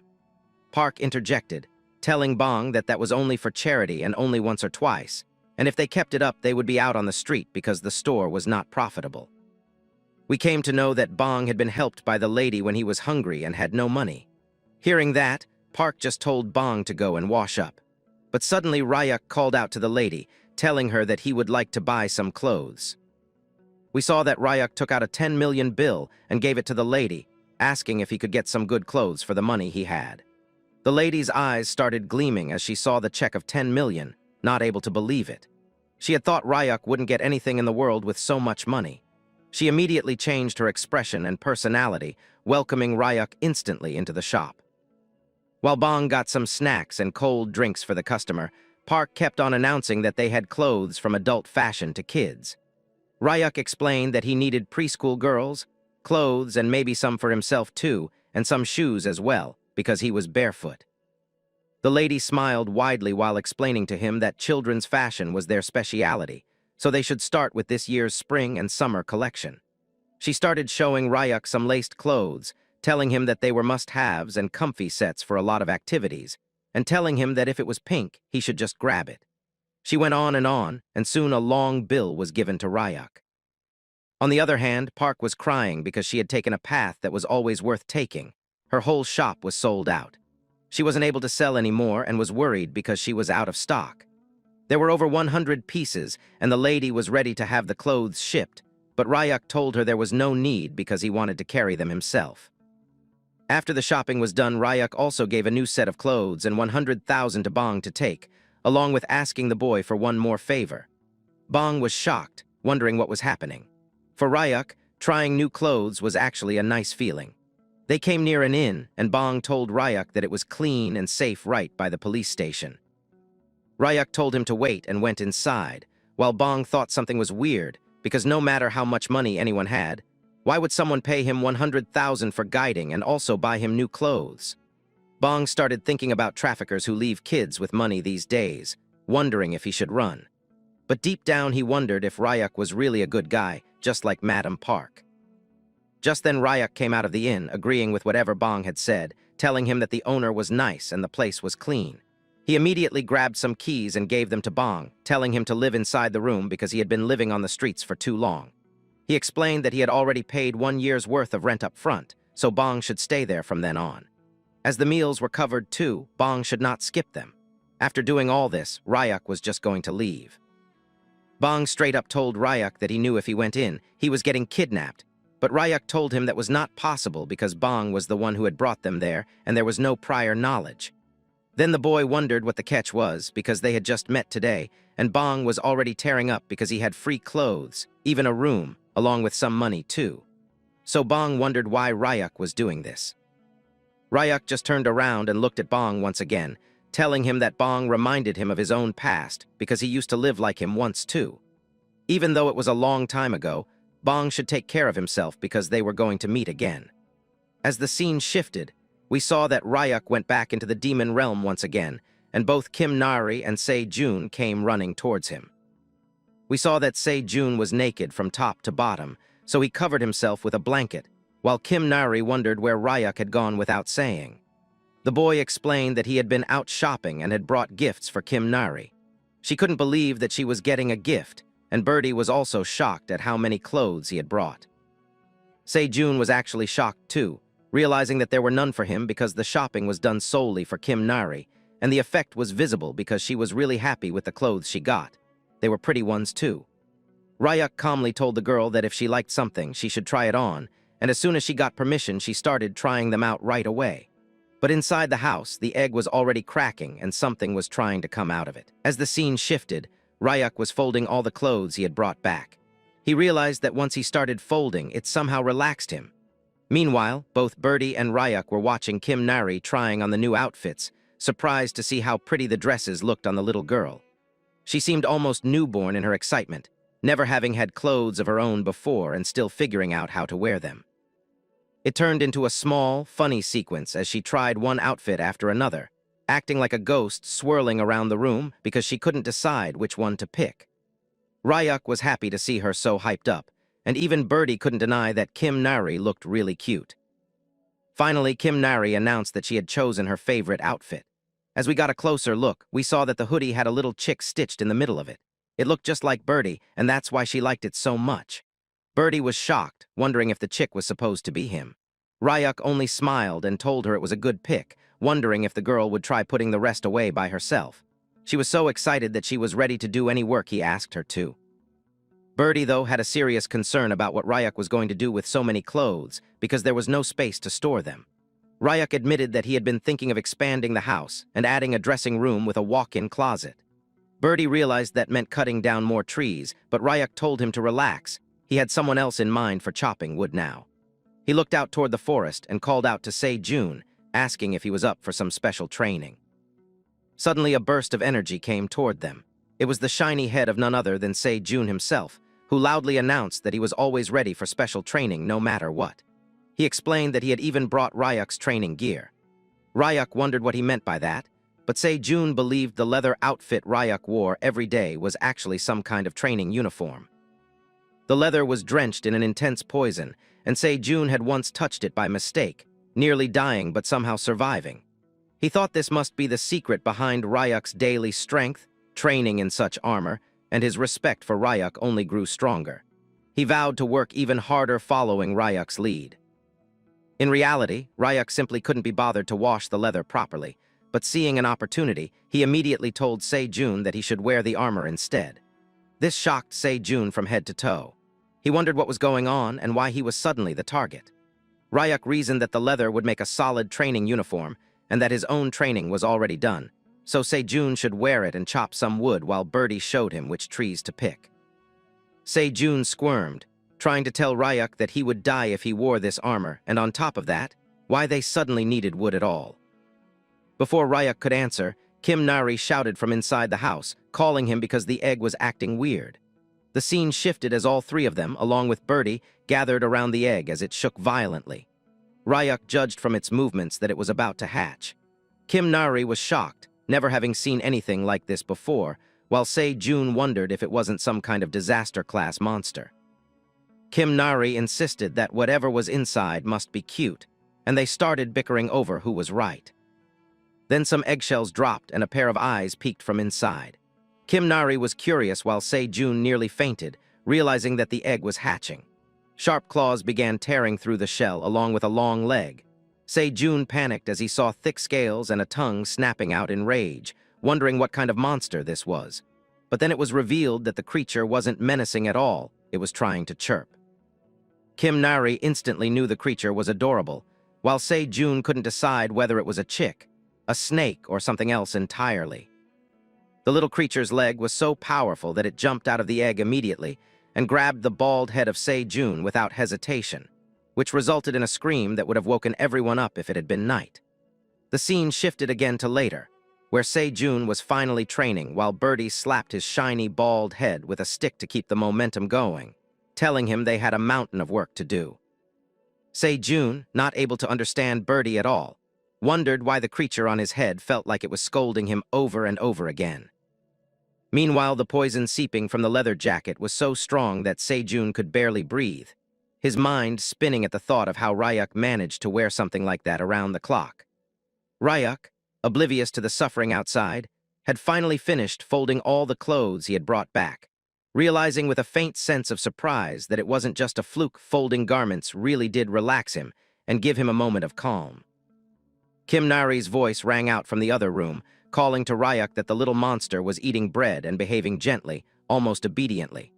Ryuk realized at once that it must have been because the creature recognized Kim Nari as the one who had saved it. Still, one serious question remained between them. What should they call it? Kim Nari tilted her head, thinking aloud that since it was snake-like and still small, they should name it Sasa.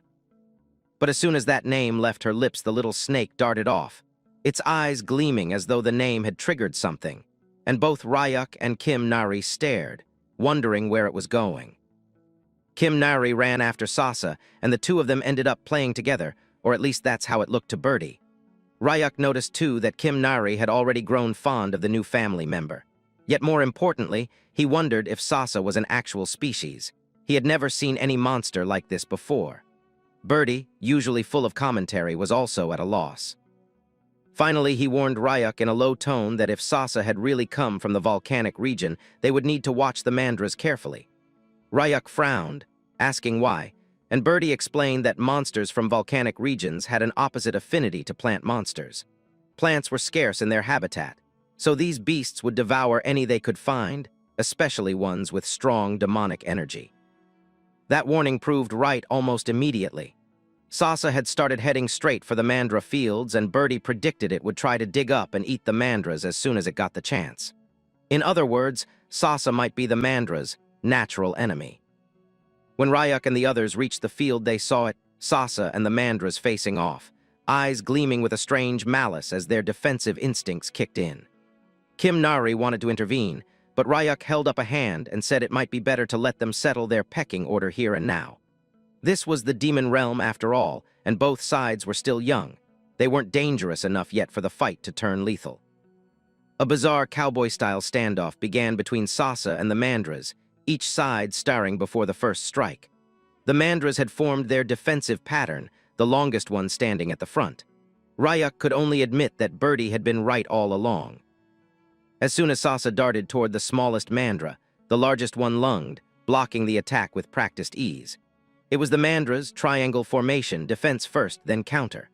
The second mandra swung its stick in a coordinated strike, but Sasa caught it neatly with its tail and blocked the blow.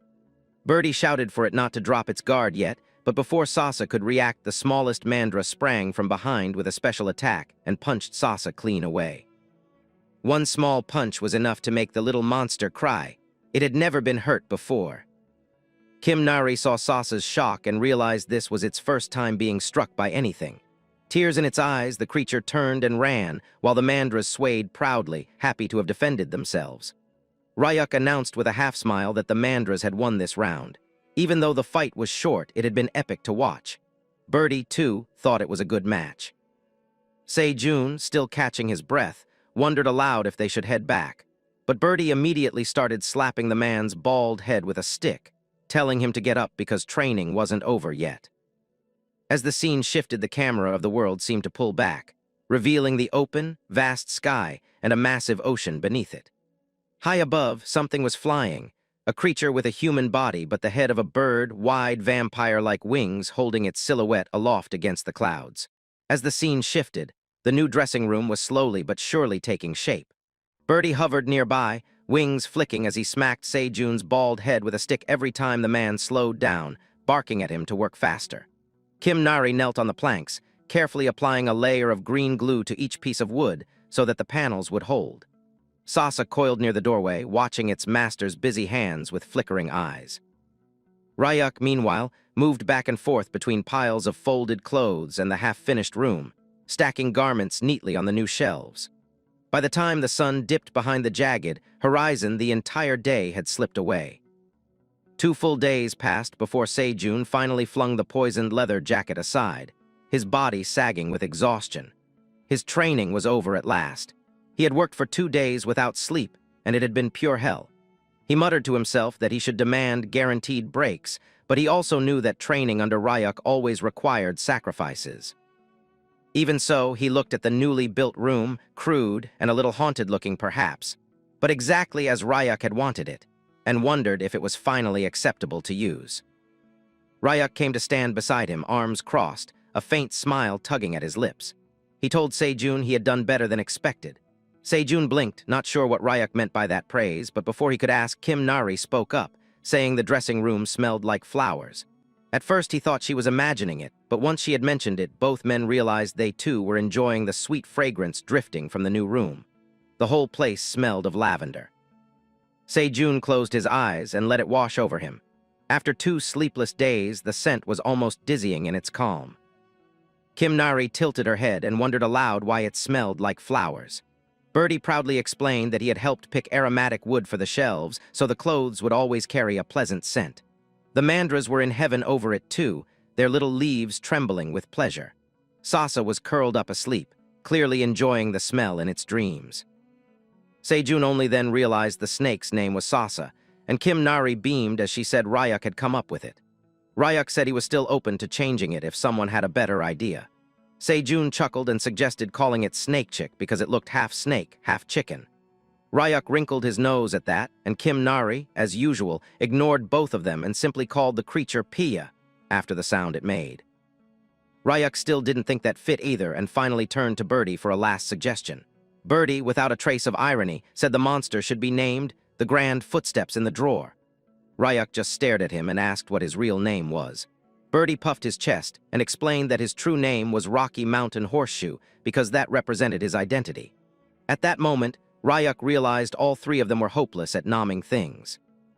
He decided to keep Sasa, especially since the snake seemed to like it, and the others were already used to it. Birdie suddenly asked Ryuk what the next plan was now that the house expansion was done. Ryuk straightened up, his expression shifting. He told them that on his way back from the human world he'd had an idea. Back then, alone, he'd never had time to think about it, but now things were different.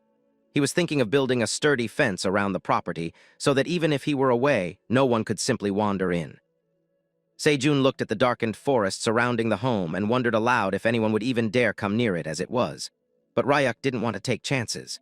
An S-ranked monster could appear, and there were always hunters who might come searching for Kim Nari or for him. Birdie nodded thoughtfully and said he knew exactly what they would need, something strong and dense with demonic energy. He suggested the coastal region, where a yellowish quartz harder than black stone could be found.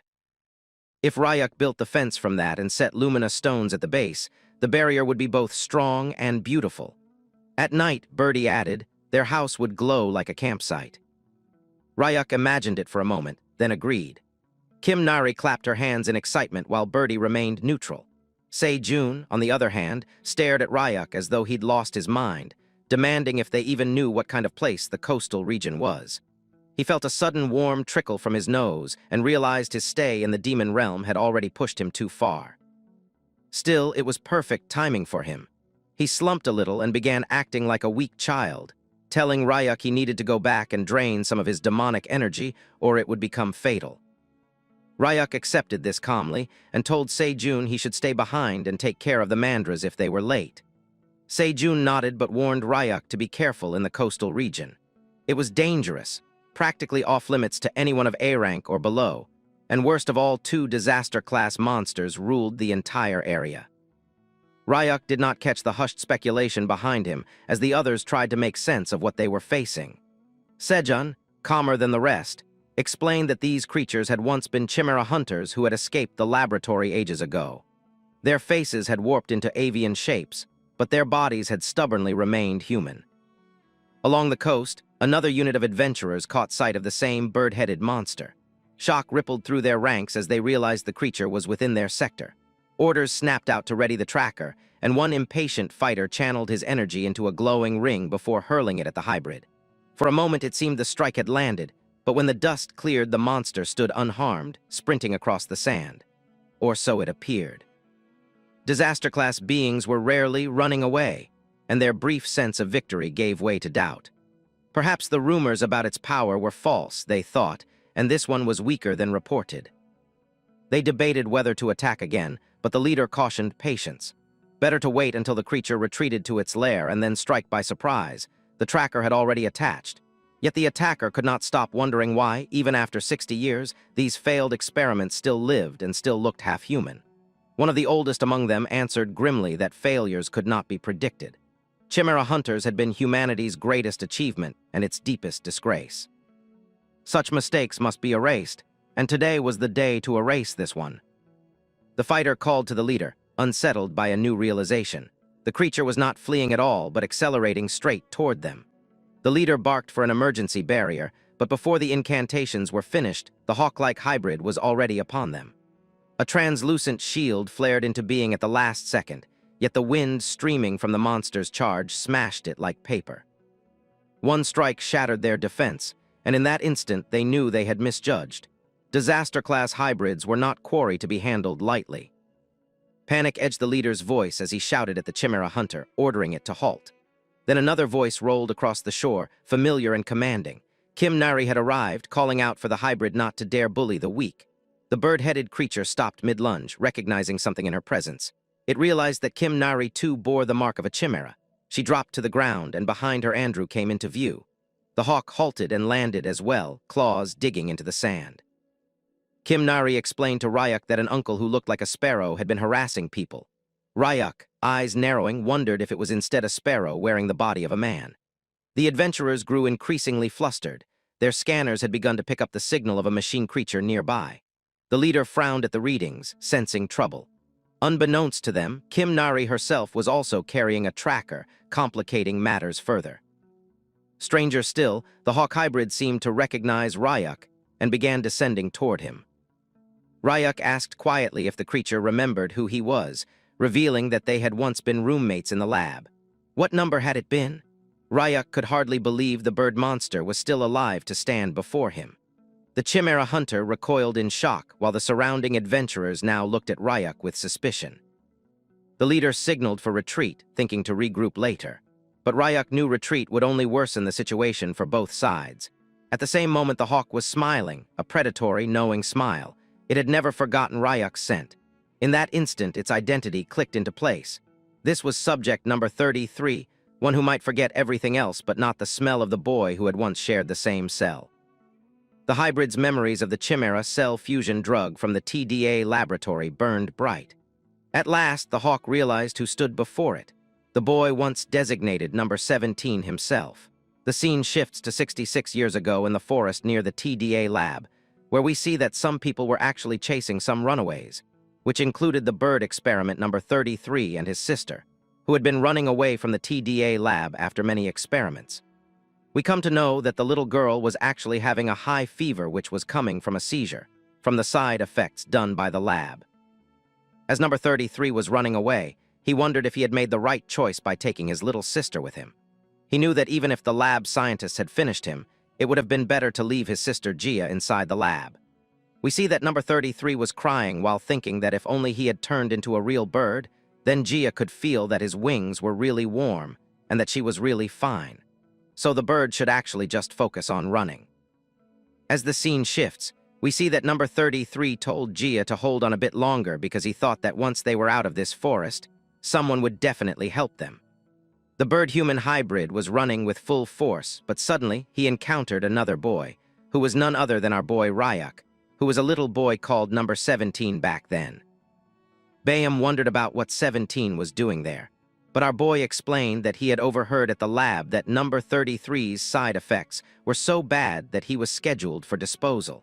So he had already run to the forest so that he could warn number 33 about it. Bayam could not believe that the weirdo 17 could be kind at the worst time. Number 17 knew that even if they escaped the lab, the detonation spell would definitely kill them if they didn't return in 3 days. But as Bayam's sister Gia was not on the disposal list yet, it would have been better to get suppressants from the lab and live one more day for her. But hearing that, Bayam became angry, telling Ryuk that he would not get it since he did not have any side effects till now, so he would not know what it was like for someone who was getting side effects. Bayam remembered the constant seizures and headaches that he had, which were getting even worse. It was like his head was going to explode, and he was not able to bear it.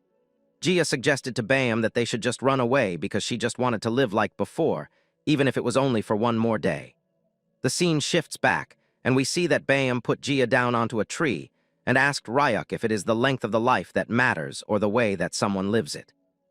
Suddenly his uniform tore down, and some tiny little wings came out of it, while Bayam told Ryuk that he wanted to live free even for one day, and for that he was going to do anything that was possible. He told Ryuk to quit talking nonsense and fight him instead.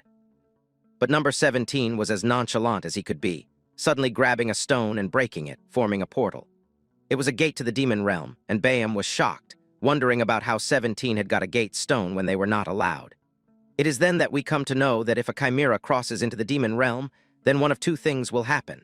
The human cells will be poisoned by the demonic energy, or the monster cells will absorb it and awaken with the mutation intensifying even more. The scene shifts back as we see Ryuk telling Bayam that if he really meant whatever he said, then going to the demon realm was actually a better choice. Because even if they could not handle the demonic energy and turned into monsters, they would still live free until then. And the lab's detonation spell would also not get triggered if they were in the demon realm, which was a completely different dimension. But Bayam wondered if a human could even survive inside, because theoretically they needed enough mana to shield their body and mind from the demonic energy. And even when it would not be easy with his power now, nobody knew about what the future holds. Bayam was shocked, wondering about why Ryuk was helping them, even when it was of no benefit to him. Meanwhile, we see that the lab workers were actually shocked to see that a gate was opening right in the middle of nowhere, and they spotted Bayam and his sister. On the other hand, Bayam told Ryuk that he was going away, but suddenly he realized something. Before going inside, he told our boy that they had been roommates for 4 years and didn't even know each other's names. The birdie introduced himself as Bayam, wondering about what 17's name was.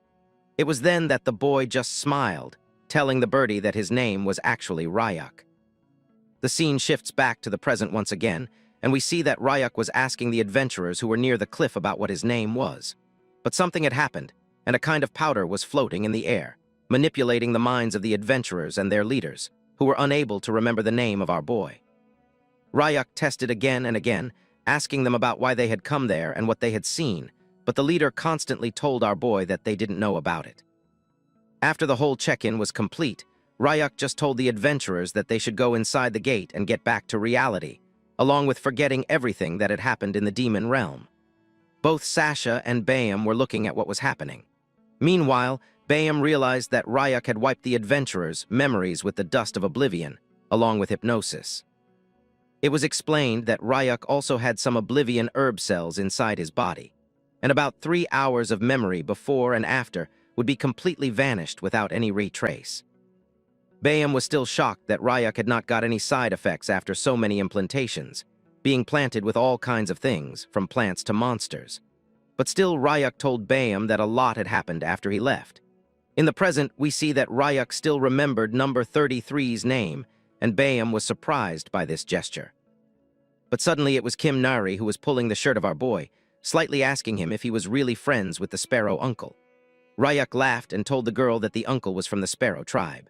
Meanwhile, 33 wondered about how and why he looked like a sparrow to the child when he was clearly an eagle hybrid. Meanwhile, Ryuk mockingly asked Kim Nari if the Sparrow and the Coconut tribes were allies, and if it was not so right now, still continuing to tell lies. Kim Nari agreed that they were allies. Meanwhile, Bayam was actually surprised, wondering about what coconuts and allies meant, because he did not know what they were talking about. Meanwhile, Kim Nari suddenly came in front of the eagle saying sorry and still calling him Sparrow Uncle, apologizing because she had thought at first that he was bad. Suddenly, growling noises came from the stomach of the little child, as she told Ryuk that they were hungry. Ryuk asked Bayam if they had got any food and where his house actually was. Meanwhile, the man was confused, wondering if the child was Ryuk's daughter, or if he was raising a kid for someone, or worse, it was some kind of role play. As the scene shifts, we get to the coastal region beach where there was a large structure made out of branches and trunks of trees. Kim Nari was surprised by such a huge house, wondering if it was really the Sparrow Uncle's house, because it looked just like a nest. But still, Ryuk realized that it was not bad at all. Suddenly, we see that Bayam came near them with a plate full of multiple food items. Not sure about how it tasted, but still willing to let them try, he had cooked some grilled clams with Demon Realm plant butternut, which was actually butter-flavored, along with a Demon Realm plant called red moss, which had a savory paste flavor. Kim Nari was shocked after looking at the dish, realizing that the clams were huge, while Ryuk was pretty impressed by how good the cooking actually was. It was the birdie himself who started eating, and he was immediately sent to heaven as he was blushing intensely, realizing that the freshness was as fresh as anything could be. He wondered if he had swallowed the wave, or if the wave had swallowed him instead. The clam that Kim Nari was eating was as if it was dancing with every chewy bite, and the whole dish was being complemented with red moss, which was making everything better. Even Bayam told them that red moss worked with everything that they had. He bowed down in front of them, getting happy that his guests had liked the food, telling them to eat slow. But suddenly something happened, and the eagle's face turned pale instantly, as it seemed like he was in a lot of pain. Ryuk noticed it but did not say anything about it. Suddenly, Kim Nari started causing a commotion, telling the Sparrow Uncle that she wanted even more to eat. The eagle nervously told the kid that he was out of ingredients today and wondered about what he should do. But hearing that it was such a small problem, Kim Nari wanted to know that if she caught some clams, would the Sparrow Uncle be making the dish again? Bayam was shocked, realizing that even when he could make the dish multiple times, it was really dangerous for a kid to catch clams when the ocean was full of monsters. But both the birdie, along with Kim Nari and Sasha, were actually completely fine with it, deciding that they would get 10 clams so they could eat even more. Kim Nari was sure that they at least needed these many clams so they could be full. Meanwhile, we see that both Ryuk and Bayam started talking, while the eagle was not able to believe that he had survived thanks to the immortal cells that had already been planted inside him. And after that, he had a pretty good life. The eagle wondered if Ryuk was planning revenge on the TDA lab, but the boy was enjoying the scenery instead, telling Bayam that even when he thought about it, sometimes it was not so bad. And as life was not that bad right now, Ryuk decided that he would take his time. The boy reverted the question, asking the man instead if he wanted revenge.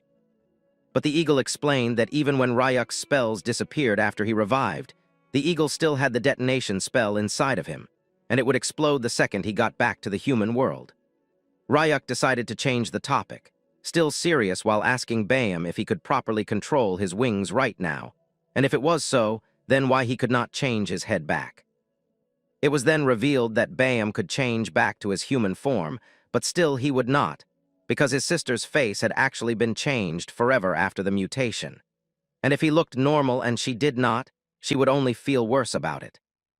But suddenly Ryuk wanted to ask even more questions, wondering if the eagle already knew or not that he had only got a month left to live at most. Bayam was surprised, but still, he had already figured it out. Ryuk could notice as it had brought back many old times. The eagle was remembering the flashbacks while telling Ryuk that it was rough when they first came inside the demon realm. Still, he fought like crazy, building mana just to live so that he and his sister could survive. And then one day his mana and the demonic energy balanced out, and both of them stayed at peace for a long while. But not long ago, Gia's mana hole twisted for some reason, and her demonic energy went wild. In the desperation of saving his sister, the eagle had hurt his own mana hole, forcing it down. Bayam was barely holding on, but Gia still ate fruit with sleeping poison and just slept all day, putting herself in suspension to slow the rampage instead. Ryuk realized that all the eagle needed was a mandra, because even after damaging their mana hole, making medicine with mandra roots would heal someone right up. Ryuk wondered if the bird brain did not know about it at all. As the scene shifts inside the nest, we see that a half-bitten apple was thrown out of the nest, and someone inside was actually screaming in pain and agony. And it was none other than Gia, who had been mutated pretty badly, hurting herself as her demonic cells were completely possessed by it. As the scene shifts, we see that Bayam was shocked that he and his sister could really live longer, and his mana hole disease could be cured. He wondered about how it was done, and Ryuk knew that this reaction was justified, because of course the birdhead did not know about it since they didn't even teach alchemy at the lab until the experiments turned 15. According to Ryuk, all they needed was mana hole purified water brewed from the fine roots of a mandra. As the eagle did not know what mandras were, Ryuk explained that they were plant-type monsters who were set to shriek when pulled from the earth, and even when its fine roots may look like nothing, they were the core of its life force, feeding on demonic energy underground and even sprouting into new bodies to reproduce. That's why the water purified from the roots of mandra worked so well to repair mana holes. Ryuk was thanking God that they had been raising mandras in their garden, promising the eagle that he was definitely going to bring it to him. Bayam was shocked about why Ryuk was going to such lengths for someone like him, but Ryuk ignored it, explaining that they would be needing an alchemist to prepare the purified water. And as Bayam could not set foot in the human world with the detonation curse on him, Ryuk decided that he would go to the human world instead, and in exchange, Bayam would just have to take care of Kim Nari and the birdie, along with Sasha, who had been playing in the coastal region. The eagle hybrid immediately agreed to whatever Ryuk said, because getting healed was a really big thing for him. But Ryuk realized that the alchemist who would brew the medicine would want something in return, and both Ryuk and Bayam did not have enough money to offer. But suddenly we see that the bird had a bag full of goodies and put it onto the sand of the coast. Ryuk wondered about what it was, and Bayam explained that he packed it with stuff that hunters always bring in the demon realm, wondering if this was really enough. Ryuk realized that it was more than enough and smiled while looking at the sky, while still taking out a gate stone and promising the bird that he'd be back really soon. As the scene shifts, we come back to the human realm and we see that both Ryuk and the guide Kid Bong were actually walking in the streets of the slums. While Bong asked Ryuk if he was looking for an alchemy-type awakened individual, we come to know that Bong was now a full-time guide who was really in proper clothing and presenting himself quite properly. Ryuk told him that he needed someone skilled for the job. Bong explained that the Alchemist Association opened a branch in the slums last year, and they would probably find someone there. But Ryuk was noticing something else. He noticed sandbags which were woven by Bong, as he wondered about why the boy was wearing them on his arms and legs. The boy explained that he was doing some stamina training because he wanted to get as strong as Ryuk himself. Ryuk wondered about what happened with Bong, that he was ready to do so. Bong explained that as he saw Ryuk marching into the demon realm with nothing but the clothes on his back, that meant the boy was insanely strong, and Bong wanted to be like that too. So now, as he had money, he was eating a ton and working out non-stop. Ryuk smiled happily as he saw Bong's good condition, and he seemed taller, guessing that it might have been a growth spurt which had been hindered by malnutrition. As the scene shifts, we come to the Alchemist Association near the Slum District 13 branch, and Bong explained that the new manager of the place, Mr. Kim, had just arrived, and he was really scared and a nice person too. But just when they decided to enter, they noticed that Mr. Kim was actually outside the building, and he was kind of scared, talking to someone on the phone, telling him that he had not missed a single interest payment in over 20 years. Bong realized that Mr. Kim had got another call from a loan shark. Ryuk wondered about what it was, and the boy explained that around the slum area private loans were the norm. And Mr. Kim had worked at the Gold City branch for 20 years, but got demoted and sent here, while also getting his salary slashed into half.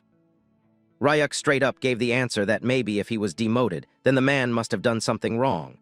But Bong was sad as he explained that back in Gold City, one of Mr. Kim's higher-ups was siphoning the slum support funds, and he was infamous for stealing credit, lining his pockets with dirty tricks.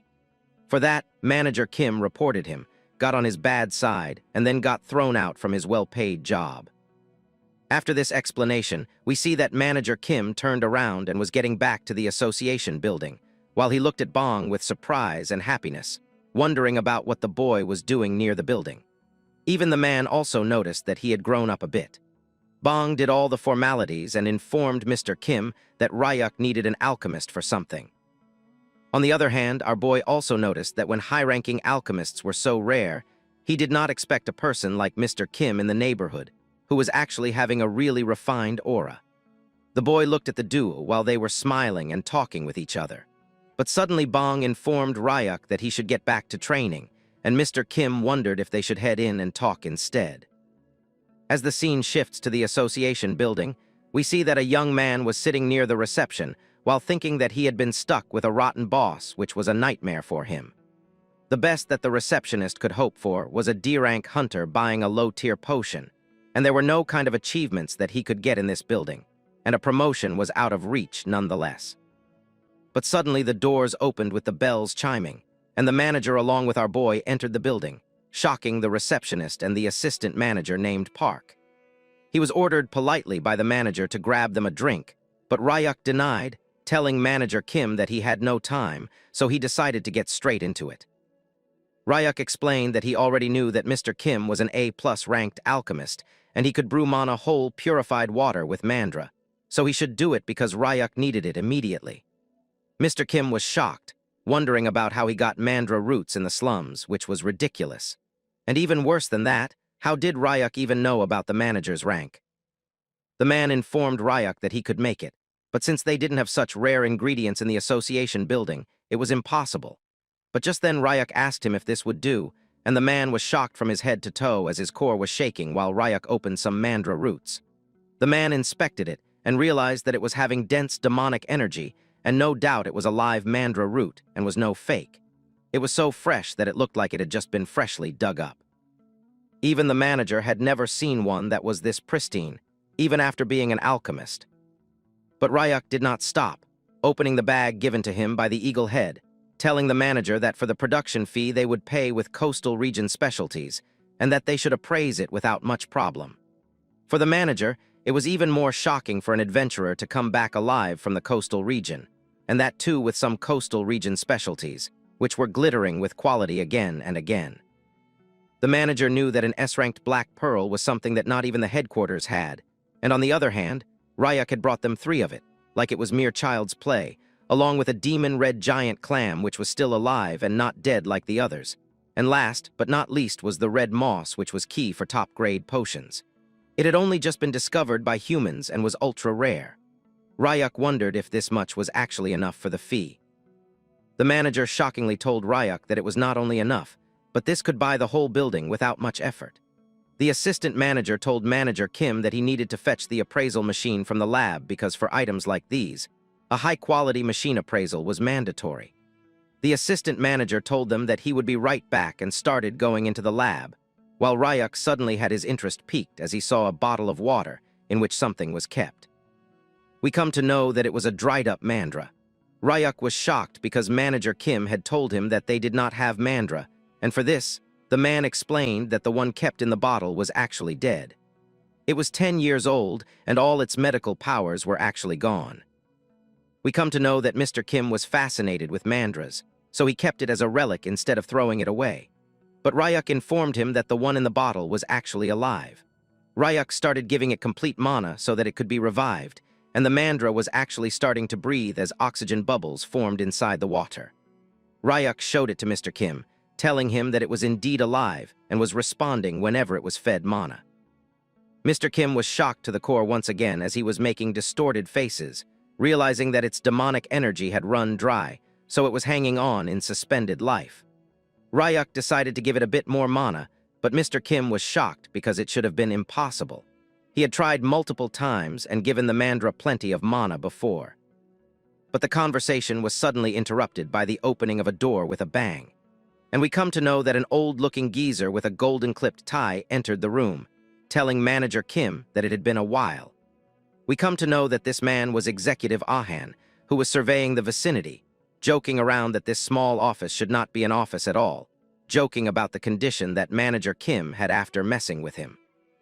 The man was surprised, wondering about what brought the executive to the association building. But Executive Ahan told Manager Kim that he got word that some extraordinary item showed up in the slums.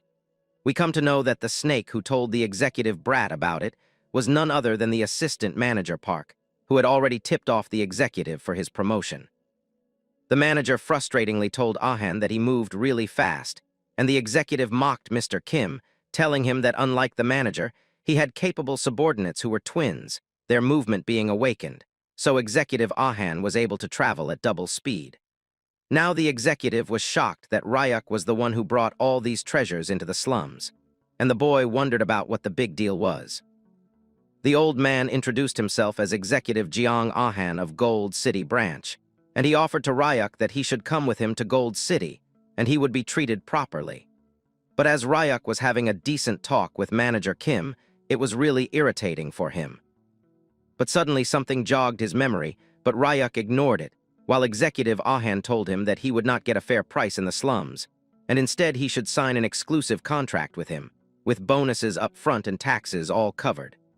Ryuk was not interested in anything, and suddenly asked the old man if there was a mole beside his nose.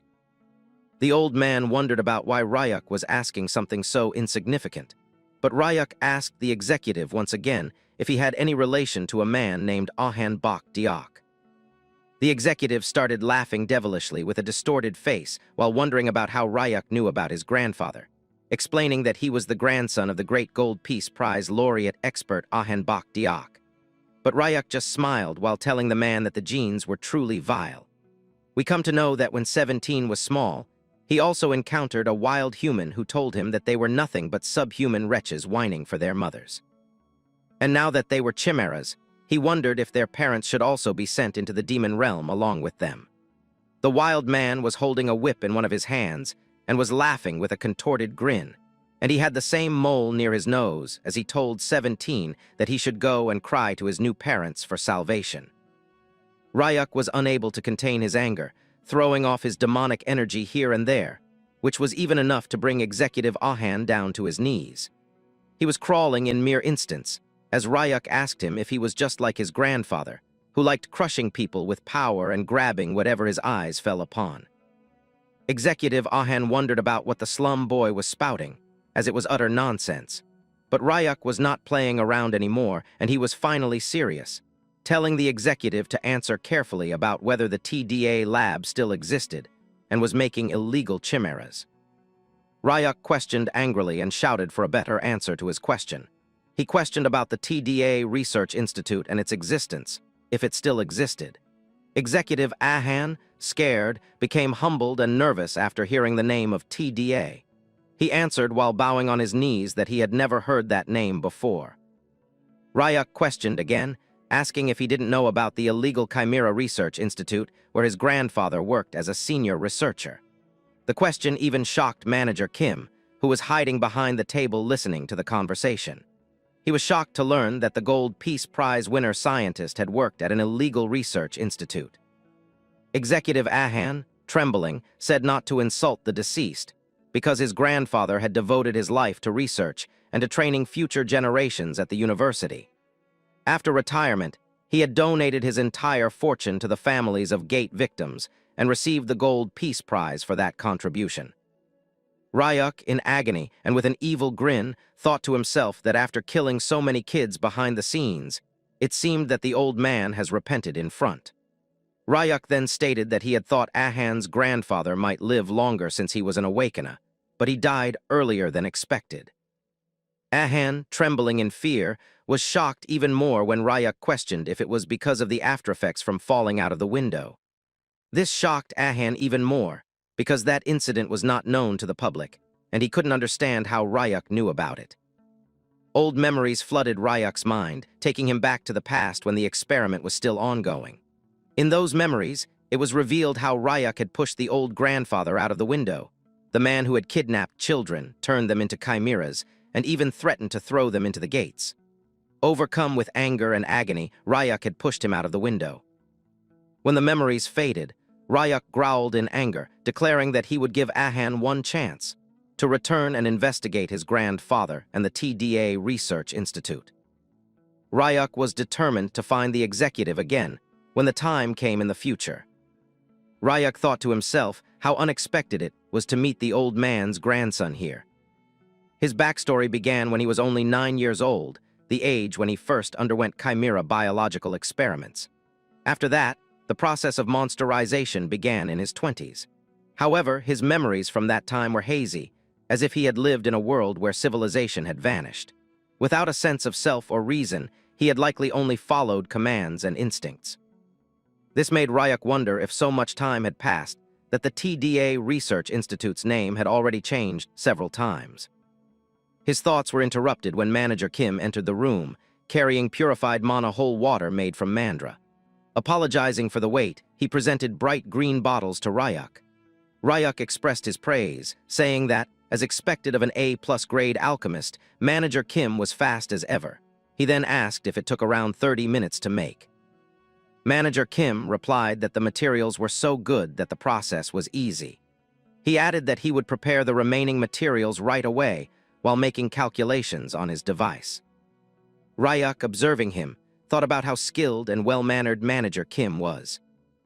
After a brief pause, Rayuk stated that he would hand over all the remaining combination materials and suggested forming a personal contract with Manager Kim. The contract would last for 10 years, during which Rayuk would provide the materials, and Manager Kim would only need to handle the combinations properly. The proposal left Manager Kim stunned. The idea that such valuable materials were being entrusted to him, along with an exclusive contract, filled him with mixed emotions. He asked Rayuk in disbelief if selling those materials could easily buy a building, yet Rayuk was still offering them to him under a contract. After hearing all the good things Rayuk said, Manager Kim was deeply moved. Though he tried to hide his emotions, tears silently fell from his eyes. Seeing this, Rayuk wondered why Manager Kim was crying, but to his surprise, Kim explained that he was from the slums. Memories flooded Manager Kim's mind. Back in his childhood, his parents had taken out heavy loans. From that moment, he had promised himself that he would repay all the money for their sake, no matter how hard his life became. Yet, despite all his efforts, he had remained stuck in the same place for years. Now, after hearing Rayuk's offer, he was so moved that he asked how he could ever repay Rayuk's kindness. Meanwhile, Rayuk was quietly thinking about how Kim was already worrying about repayment when nothing had even begun yet. Manager Kim then said that he would take care of Rayuk from now on, and sincerely thanked him from the bottom of his heart. But Rayuk knew that there would be quite a few things to discuss with Manager Kim from now on, and he would have to work even harder after the medicines were made. Rayuk decided to return since it was already evening, assuming that nothing serious would have happened while he was away. As the scene shifts, we move to the demon realm, where chaos was unfolding. Jia, completely out of control, had grabbed Bayam by the head and lifted him up, acting like a feral beast. The eagle-headed Bayam regretted his mistake, realizing he should have anticipated that Jia might lose control in her condition. The boy was crying, begging his sister to come back to her senses, but Jia only growled in a demonic tone, slamming him onto the ground and throwing him several meters away, smashing through rocks. Bayam knew he was too late, but suddenly he saw both Kim Nari and Birdie running toward him, asking if he was okay or if he was hurt. Birdie wondered why Bayam was taking all the hits instead of fighting back. Despite everything, Bayam told himself that Rayuk shouldn't worry, as his top priority was to keep his promise, protect the girl and Birdie no matter what. He steadied his wings, knowing Rayuk had saved them once before, and this time he would return the favor. With tears in his eyes, Bayam dashed toward his sister at high speed, determined to deliver a fatal blow, whispering that in her next life she should live happily. But just before they could collide, a jellyfish-like creature appeared between them and expanded. It was Ryuk. He had used monster cells to calm the girl down. Bayam was stunned, unsure what he was seeing, while Ryuk looked down, wondering if such a small dose of sleeping poison had really made her faint. Kim Nari cheered in relief that Ryuk had returned, while Bayam blinked in confusion at the sight of the jellyfish emerging from Ryuk's body. Then he noticed Ryuk sitting on top of Gia, using the jellyfish as a cushion. The boy was shocked, while Ryuk just sighed, wondering if there was any other way to subdue her without doing this. Bayam wiped his tears and asked Ryuk if he had managed to get the medicine. Ryuk smiled and replied confidently that, of course, he had gotten it without any trouble. He had brought 2 bottles, one for the boy and one for his sister, and told Bayam to feed it to her quickly. Later that night, a small campfire flickered under the dark sky. The 2 bottles lay empty on the ground, and nearby Gia, Kim Nari, and Birdie were sleeping peacefully. When Gia slowly opened her eyes, she was startled to see a small child sleeping in front of her, wondering if she was dreaming. As she regained her senses, she spotted Bayam and Ryuk sitting near the fire. Ryuk turned around when he heard her stir, and Gia immediately covered herself, screaming in confusion, asking who he was. The noise woke Kim Nari, who asked sleepily if Sparrow Auntie was awake too. Gia blinked, baffled at being called that, but then her brother smiled in relief and told her to check her mana hole. Gia, still confused, asked about the little kid, and Kim Nari introduced herself cheerfully. As Gia examined herself, she suddenly realized her mana hole was normal again, and her face had returned to normal too. She was overwhelmed, not understanding what had happened or who these people were. Bayam looked surprised that his sister didn't seem to recognize Ryuk, since she used to talk about wanting to see him so often. Then Gia froze, staring in disbelief at the boy eating quietly beside the fire. Her eyes widened as she realized it was him, number 17. She kept repeating it in shock while Bayam explained that once again they had been saved by none other than Ryuk. Ryuk, however, seemed completely indifferent, asking if there was any more red moss left. Birdie told him that was all for today, and Gia, though still processing it all, was now sure. This was definitely Ryuk, the boy who had no sense of empathy. Gia took off her mask and smiled softly, thanking Ryuk for saving them once again and giving them another chance at life. But then Kim Nari suddenly noticed something glimmering in the distance and pointed toward the ocean. The water was sparkling with golden light. Gia put her mask back on and told the girl it was a sea fairy. Kim Nari asked what that was, and Gia explained that it was originally a seahorse-type monster that lived deep beneath the sea, but she nicknamed it Sea Fairy because it looked like one when it flew through the water. She added that these creatures only came to the surface at night to play and returned home when the sun rose. If they followed the Sea Fairy, they could find yellow glowing quartz. Ryuk's eyes widened as he realized that the real reason they had come to the coastal area was for the quartz. He asked Bayam how long until sunrise, then stood up with a grin, saying it had been a long time since he'd gone swimming. Meanwhile, in a distant laboratory, the scientist with recently regrown hair was staring at a monitor, trying to locate a mechanical creature. His panel reported that around 10 B-rank hunters had spotted it multiple times in the forest area but failed to capture it, and it now seemed to be hiding near the coastal region. Recently, some A-rank hunters who went there returned with memory loss, and even after that, their tracking devices still showed the creature's last known location. Then, a shocking moment, Executive Han called the scientist. As he picked up, Han's furious voice demanded to know whether the scientist had any connection to the TDA Research Institute. The scientist tells Executive Han that he has not heard of the lab, but Han insists that it was an illegal research facility that had been secretly run a long time ago. But the scientist stopped Han midway and explains that the Hanbit Research Lab doesn't perform the kind of experiments Han is talking about. He reminds Han that his grandfather always told him to remain an upright and honest researcher, and that their lab has never been involved in shady dealings. But we all know from the expression that the scientist knows really well about what Han was talking about. After the call ends, the scientist leans back in his chair, lost in thought. He begins to wonder uneasily how Han could possibly know about the illegal lab, something that was supposed to be erased from all records. A moment later, the door to the main office got knocked, and the scientist told the person to come in. We see one of his attendants who rushes into the room with a spark of excitement, announcing that they have finally succeeded in combining liquid metal and mandra, creating a liquid metal mandra. The scientist's face lights up at the news of the success, because the mandra, he knows, are remarkable beings, especially noted for their deep sense of kinship and instinctive loyalty, along with extremely powerful coalescing property of the liquid. He feels glad that he had left a small portion of the liquid metal behind for further testing. Confident in his work, he believes that a chimera combining the metal mandra will track down the mechanical life form faster than any other hunters could. It was built with precision and programmed to sense her unique mana signature. Without hesitation, he orders that the bounty on the mechanical creature be tripled and that all Elite-class hunters be mobilized immediately. No matter what it takes, he must find her. After all, she is his life's masterpiece and the peak of his research. As the scene shifts back in the demon realm, Bayam stands quietly before the vast, shimmering sea, recalling a conversation he once had with Ryak about the quartz. Ryak had casually mentioned that he wanted to use it for building his house, which had completely shocked Bayam. He also invited the bird head to his house, pointing out that they even have a good cook. Bayam realizes that Ryak, despite living in the dangerous demon realm, seems to be enjoying his life more than anyone else. Ryak then asks Bayam if he would ever like to visit the human world.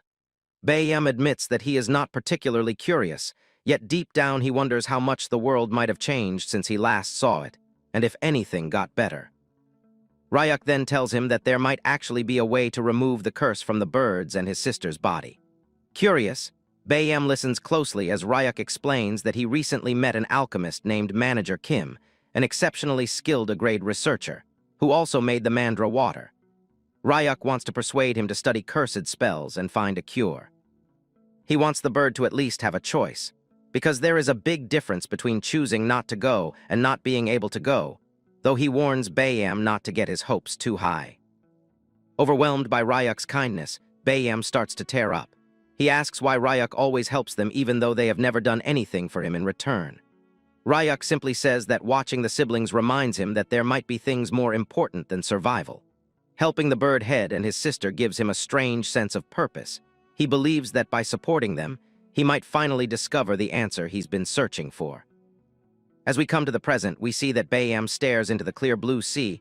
The bird head sister suddenly appears in the distance in the sky, waving at him from a distance and throwing a thick rope across the waves. She shouts for him to catch it and pull with full force. Confused but obedient, Bayam grabs the rope and starts pulling with all his might. The rope feels incredibly heavy, but he doesn't give up. After a long effort, he finally drags out a massive net filled with glimmering quartz stones. Bayam is speechless at the sight. He can hardly believe Ryak and his duo of just a small girl had managed to mine something this large. Nari and Ryak, both drenched and laughing, had clearly enjoyed swimming in the deep waters while mining the quartz. When they reached the sea fairy's palace beneath the waves, they found it breathtaking. Nari noticed that its walls were shining like golden coral, looking like a yellow palace. Nari smiled and told Ryak that they should visit the palace again someday when they have more time. But on the coast, because of the sheer amount of quartz they gathered, Bayam wonders aloud how Ryak plans to transport it all back home in the forest zone. Ryak scratches his head and admits that he hasn't figured that part out yet. Just then, a massive shadow passes over them, and Ryak looks up to see a massive parrot-like vulture bird monster flying above. He's puzzled because birds of that kind usually move in flocks, yet this one is flying alone.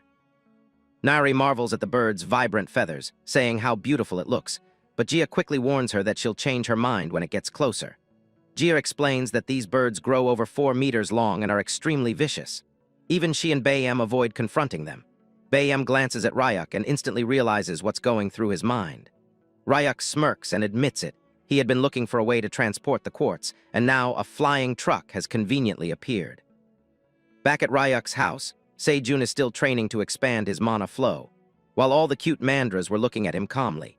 Sejun can feel his mana hole steadily growing wider, a sign that his power is increasing. He smiles with satisfaction, believing that his long-time dream of becoming an A-ranked hunter might finally come true. His concentration is suddenly broken when a strange metallic creature, the liquid mandra, appears behind him. Panic sets in as he turns around, but his fear deepens when he spots 3 intimidating A-rank hunters standing right behind the mandra. They instantly recognize Sejun by his bald head and burst into mocking laughter. These were the same hunters who had bullied him during his promotion exam. Sejun feels trapped and helpless, but to his shock, the three Mandra standing in the garden suddenly take defensive stances, bold and unwavering. The hunters are thrilled, knowing how valuable Mandras are on the market. One of them moves closer, trying to deceive one of the creatures. But before he can react, the largest Mandra launches a powerful kick that sends the hunter flying several meters away. At that very moment, the bird head and his sister Gia arrive at Ryuk's house, only to sense chaos from a distance. They exchange confused looks, wondering who could be causing trouble this time.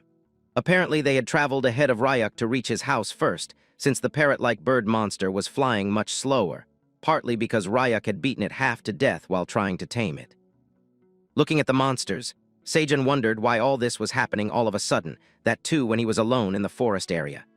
He thought that both Bayam and Gia must be disaster-level monsters who were living in the coastal area, wondering why they appeared in the forest all of a sudden. Sejun also remembered that both Kim Nari and Ryuk had gone to the coastal area that way, and his face turned pale as he thought maybe something bad had happened to the two of them. He thought that he should join forces with the hunters who came into the forest area. But before the man could even do anything or call out to the hunters, they were flying in the sky as they were fighting Gia, who immediately came closer to the Baldy, asking him if he was the chef of Ryuk, because whatever the boy had told them was matching. Because he had a bald head, this much was enough to scare Sejun away as he scrammed through the place, and we come to know that even in his long-haired era, Sejun had zero female interaction. So even when Gia was a monster, the man was startled. But just then, he realized that the lady had talked about Ryuk and wondered if she happened to know about his brother. It was then that the bird told Sejun that Ryuk was her friend. Hearing that, Sejun was shocked from head to toe, wondering how Ryuk had disaster-level monsters as his friends, and what kind of life he had been living to be friends with these dangerous people. But Bayam immediately asked Sejun about who those hunter guys were, because they didn't seem like customers, and suddenly something clicked inside the mind of the Baldy as he realized that this was a really good opportunity to protect himself. Now the man was smiling with an evil grin on his face, and the adventurers realized that something bad was going to happen to them and were crawling from head to toe. An hour later, we see in the sky that both the bird and her friends landed on the ground with insane speeds, breaking it into pieces. But as the dust and smoke cleared, we see that the parrot vulture monster had been carrying all the cores that both Ryuk and Kim Nari had collected, along with her cute pets. Ryuk called out to Kim Nari, telling her that home was the best after all. But on the other hand, the parrot vulture monster was screaming in pain, because it had been through such a long flight with such a heavy load that it was becoming unbearable for him. Ryuk suddenly patted the monster's head, telling it that it did a great job and that it should take a rest. Both Gia and Bayam were shocked that Ryuk was really able to tame the beast, but the bird head was sure that if it was Ryuk, then he could do so. But suddenly, from the feathers of the parrot vulture monster came rolling the birdie, who was feeling really dizzy as he rolled around because it had been so long since he had flown so high. But as the birdie opened his eyes, he got slammed onto a shoe and wondered about what it was. It was then revealed that it was the 3 A-ranked adventurers who had come into the forest area. Ryuk wondered about what was going on, and the eagle head thought that maybe it was an attempt to steal the mandras, but still something felt off to Ryuk. Even when the eagle hybrid tried to talk, he was hesitating. Gia understood what she had to do and bent down near Kim Nari, telling her that she had heard that the valley was really beautiful and wondering if the kid could show her around her house. Kim Nari was happy as she immediately jumped up and told Gia that there was a beautiful waterfall near their house too, and both of them started going there, while Kim Nari happily told Gia that she would also teach her how to catch fish. Then the eagle head started telling Ryuk that the A-ranked hunters were commissioned by the Hanbit Research Institute, and Ryuk knew that if it was Hanbit, then they might have come because at first Sejun also came looking for the mechanical creature, and he was a reliable source. Even Ryuk had expected that more hunters would come because Kim Nari had a special tracking device attached to her that worked even in the demon realm, and that's why the kid was not free. But still, Ryuk wondered about how these people ended up in the forest area when in actuality, Ryuk was with Kim Nari in the coastal area till now, and they had just returned. Even the eagle head had not thought about it enough, but suddenly he remembered something and took out a metallic little thing, showing it to Ryuk, telling him that they must have been to the forest area because of this guy. We come to know that this was the same mutated MANHWA that the Research Institute had created, and even Ryuk realized that they had synthesized liquid metal with MANHWAs. He wondered if they made it to track Kim Nari. Even the Eagle Head had heard that liquid metals attract each other, so that's why this was made. But coming to the forest area, the MANHWA was not drawn by Kim Nari and was instead drawn by his kind, as it found healthy MANHWAs near Ryuk's house, and that's why they came there. But Bayam had heard that the adventurers were planning to go to the coastal area next because they were not going to easily give up on Kim Nari. Ryuk knew that they needed to think about a countermeasure, but suddenly he noticed that all the MANHWAs came running towards him. As he wondered about what was going on, all those MANHWAs were excited as they gestured to Ryuk, trying to tell him that even if the MANHWA was a chimera, he was still their kin, and the MANHWAs wanted to take care of him. Ryuk started going towards the MANHWAs and gave them the liquid metal one for good company, but the little MANHWA was still cutely screaming at Ryuk, as if telling him that something else was left. Ryuk realized that the small, cute creature was right, but he wondered about how they came to know about what was in his pocket. As the boy took out another shriveled MANHWA from his pocket, Bayam asked Ryuk about how such a scrawny guy came inside his pocket. We see that both the new MANHWAs were entered into the triplet family, and Ryuk explained to the Eagle Head that the shriveled MANHWA was being raised by an alchemist and that he had agreed to take care of him. We come to the flashback where we see that the alchemist himself had given it to Ryuk, having faith in the boy that the MANHWA would really be better off with him than with the alchemist himself. Even when he was crying while giving it, he told Ryuk to take good care of him, and the boy nervously agreed. Here, we see that all the other MANHWAs immediately started digging holes for their new buddies and told them to come inside and enjoy the nutritious demonic energy which was filled in the farmland. As they got inside, both the new MANHWAs were in heaven, and even the Eagle Head noticed that, telling Ryuk that these guys looked like serious perverts. But for Ryuk, it was fortunate that they were not hostile, knowing that they would fit perfectly in the environment. But suddenly, Ryuk wondered about where Seijin had gone because he should be back by now. Just then, Jia called out to Ryuk from above, and as the boy turned around, he saw that the lady had come back with both Kim Nari and Seijin in her hands. Seijin was really crying and becoming happy by the fact that Ryuk had come back, getting ready to hug him, but he was slapped by Ryuk immediately as the boy wondered about what was wrong with Seijin's condition. Jia told Ryuk that Seijin was getting bitten by fish all alone in the water, and the man explained that since Ryuk was so easily handling the fish, he thought he should also try to treat them but ended up being attacked instead. Kim Nari continued that the sparrow auntie had saved both of them in style, but Seijin came back to his senses and told all of them that if they waited a little bit, they would have some delicious food to fill their stomachs. But in front of him was a giant creature, and as Seijin noticed it, he started screaming with a pale face, wondering if he was food for the parrot monster instead. But Ryuk decided to explain it later because he was hungry and food preparation was necessary. Even Seijin did not mind and started cooking, while Kim Nari wondered about what was on the menu today. But suddenly the girl ran towards the liquid metal chimera because she was being attracted to it, and as soon as she tapped onto the chimera's leaf, something was being communicated to her, and she was instantly sad. As the scene shifted, we see that it was evening, and it took so much time for the food to finally be complete. Both the Eagle Head and Jia were shocked to witness what was made for them. It was revealed that it was kimchi curry rice, which was simmered as long as beef bone soup, and it was a culinary dish made by none other than Seijin himself. The man was proud of it, even when it was instead curry and simple kimchi, but he added some delicious salmon and pork and then chopped a variety of vegetables generously. Then Seijin started stirring and did not stop for an hour so the bottom of the broth would not burn, and after that, the delicious food was prepared and was on the table. The siblings knew that the smell was nice, and Ryuk wondered if they should try it now, while Seijin hoped that the food tasted good. As soon as Jia and the bird head ate it, they were straight into heaven, realizing that this was what they called the meeting of East and West. Even when it was spicy, the boy liked it because it was delicious, wondering if there were some Indian spices in the soup, while Ryuk realized that the siblings' reactions were like a comedy skit. But then he also noticed that Kim Nari was not eating at all, wondering why she was not eating and asking the girl, but she just turned around, telling the boy that she did not have an appetite. She suddenly got up and started running, telling Ryuk that she was going to sleep early, and even when the boy understood that maybe the girl was worried about the liquid metal chimera, he did not think that something so grave was going to happen.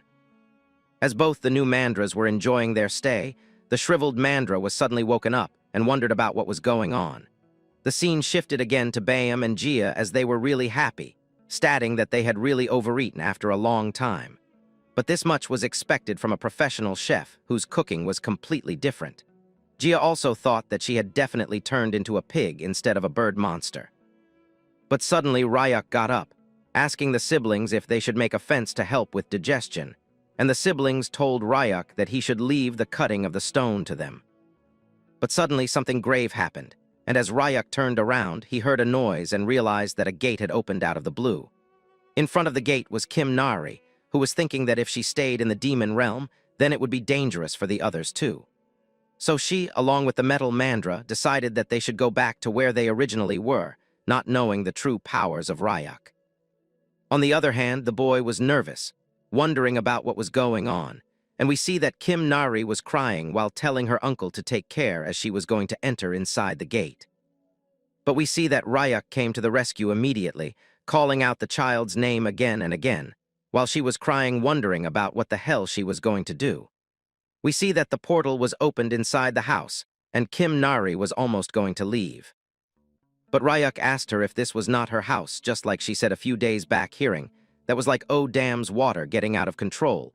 We see that both the siblings Bayam and Gia realized that the kids grew up in an instant, while we see that Kim Nari turned around and hugged our boy while strangling the metallic chimera Mandra. Even Ryak realized that he cannot afford to get distracted now. But you all can afford to hype the video if you are liking the story so far, as it would help me a lot. As the scene shifts, we see that Kim Nari was out on the dining table with a bowl full of tasty-looking ramen, which she was gulping with her pouted mouth, as her eyes were completely swollen from all the crying.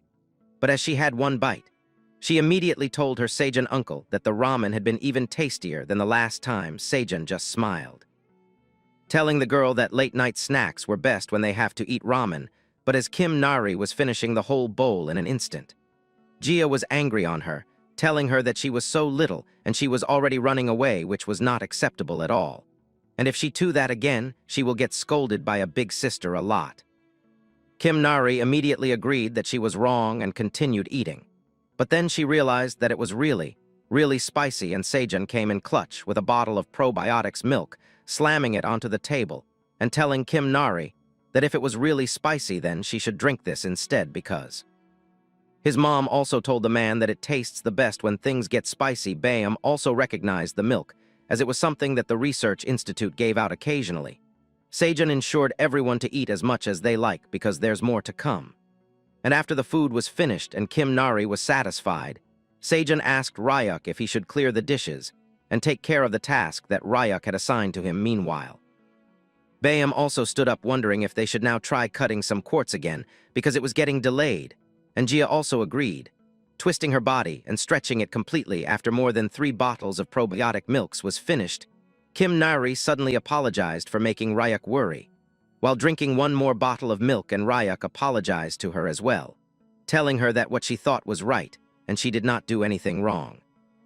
But she does not have to worry at all. Ryak knew that the ones who did wrong were probably those who created the mechanical creature, and was trying to use such a cute child. But then Ryak returned in the serious mode, asking the girl about her friends from the coconut tribe, and what kind of kids were they. At first, Kim Nari was shocked, wondering about what friends she had. But Ryak, on the other hand, knew that if he was planning to clean up the Hanbit Research Institute, then he would have to save all the other kids. And Kim Nari might know something about them, but still, as he cannot say it completely out loud, he decided to ask Kim Nari about them in this way, because back in his time, he also had 3 close friends in the institute. After hearing that, Kim Nari started making excuses because she does not really have any coconut tribe or any friends, but Ryak knew that he does not have to ask specifically about the lab's location, because Sejun would know it anyway. But just then, Ryak remembered a task that he had assigned to the man, wondering if he was handling it well enough. As the scene shifts, we come to another place where we see that Sejun was smiling with her devilish laugh, while someone was strangling while their mouth was covered. We see that it was the same heir and adventurer that came after Kim Nari, and Sejun immediately removed his mask so he can speak, while being assured That. If you told him that he had suppressed the mana of these guys, so they cannot use it for a while. It was enough. After putting down the mask, we see that Seijun was slapping the hunter again and again. But the hunter was not so cooperative, immediately telling Seijun to stop so that they can make a deal. The man was startled, wondering about what it was. And the hunter hastily explained that if Seijun would let them go back then in the human world, they will reward the man as much as he asked, because they have got some money that they have saved up, and that kind of money could buy a house in Gold City, which was the most expensive, and in exchange of that Seijun would just have to let them go. But hearing that, Seijun started tinkering inside his pocket, telling the hunters that even deals would have to make sense to him. We see that inside the pocket was a great deal, because it was a black card issued by banks to rich individuals, and Seijun flashed it in front of the hunter while saying that he was not the type to fall for that kind of pocket chain. Even the hunter knew that this special black card that the bank was issuing was only for the ultra-elite, and someone like Seijun, who they thought was pushover, was actually in possession of this card. But Seijun immediately snapped the hunter's attention, telling him that this was not the most important thing right now, because it turned out that his revenge from the promotion exam hall not long ago ends like this, when everything came back to money.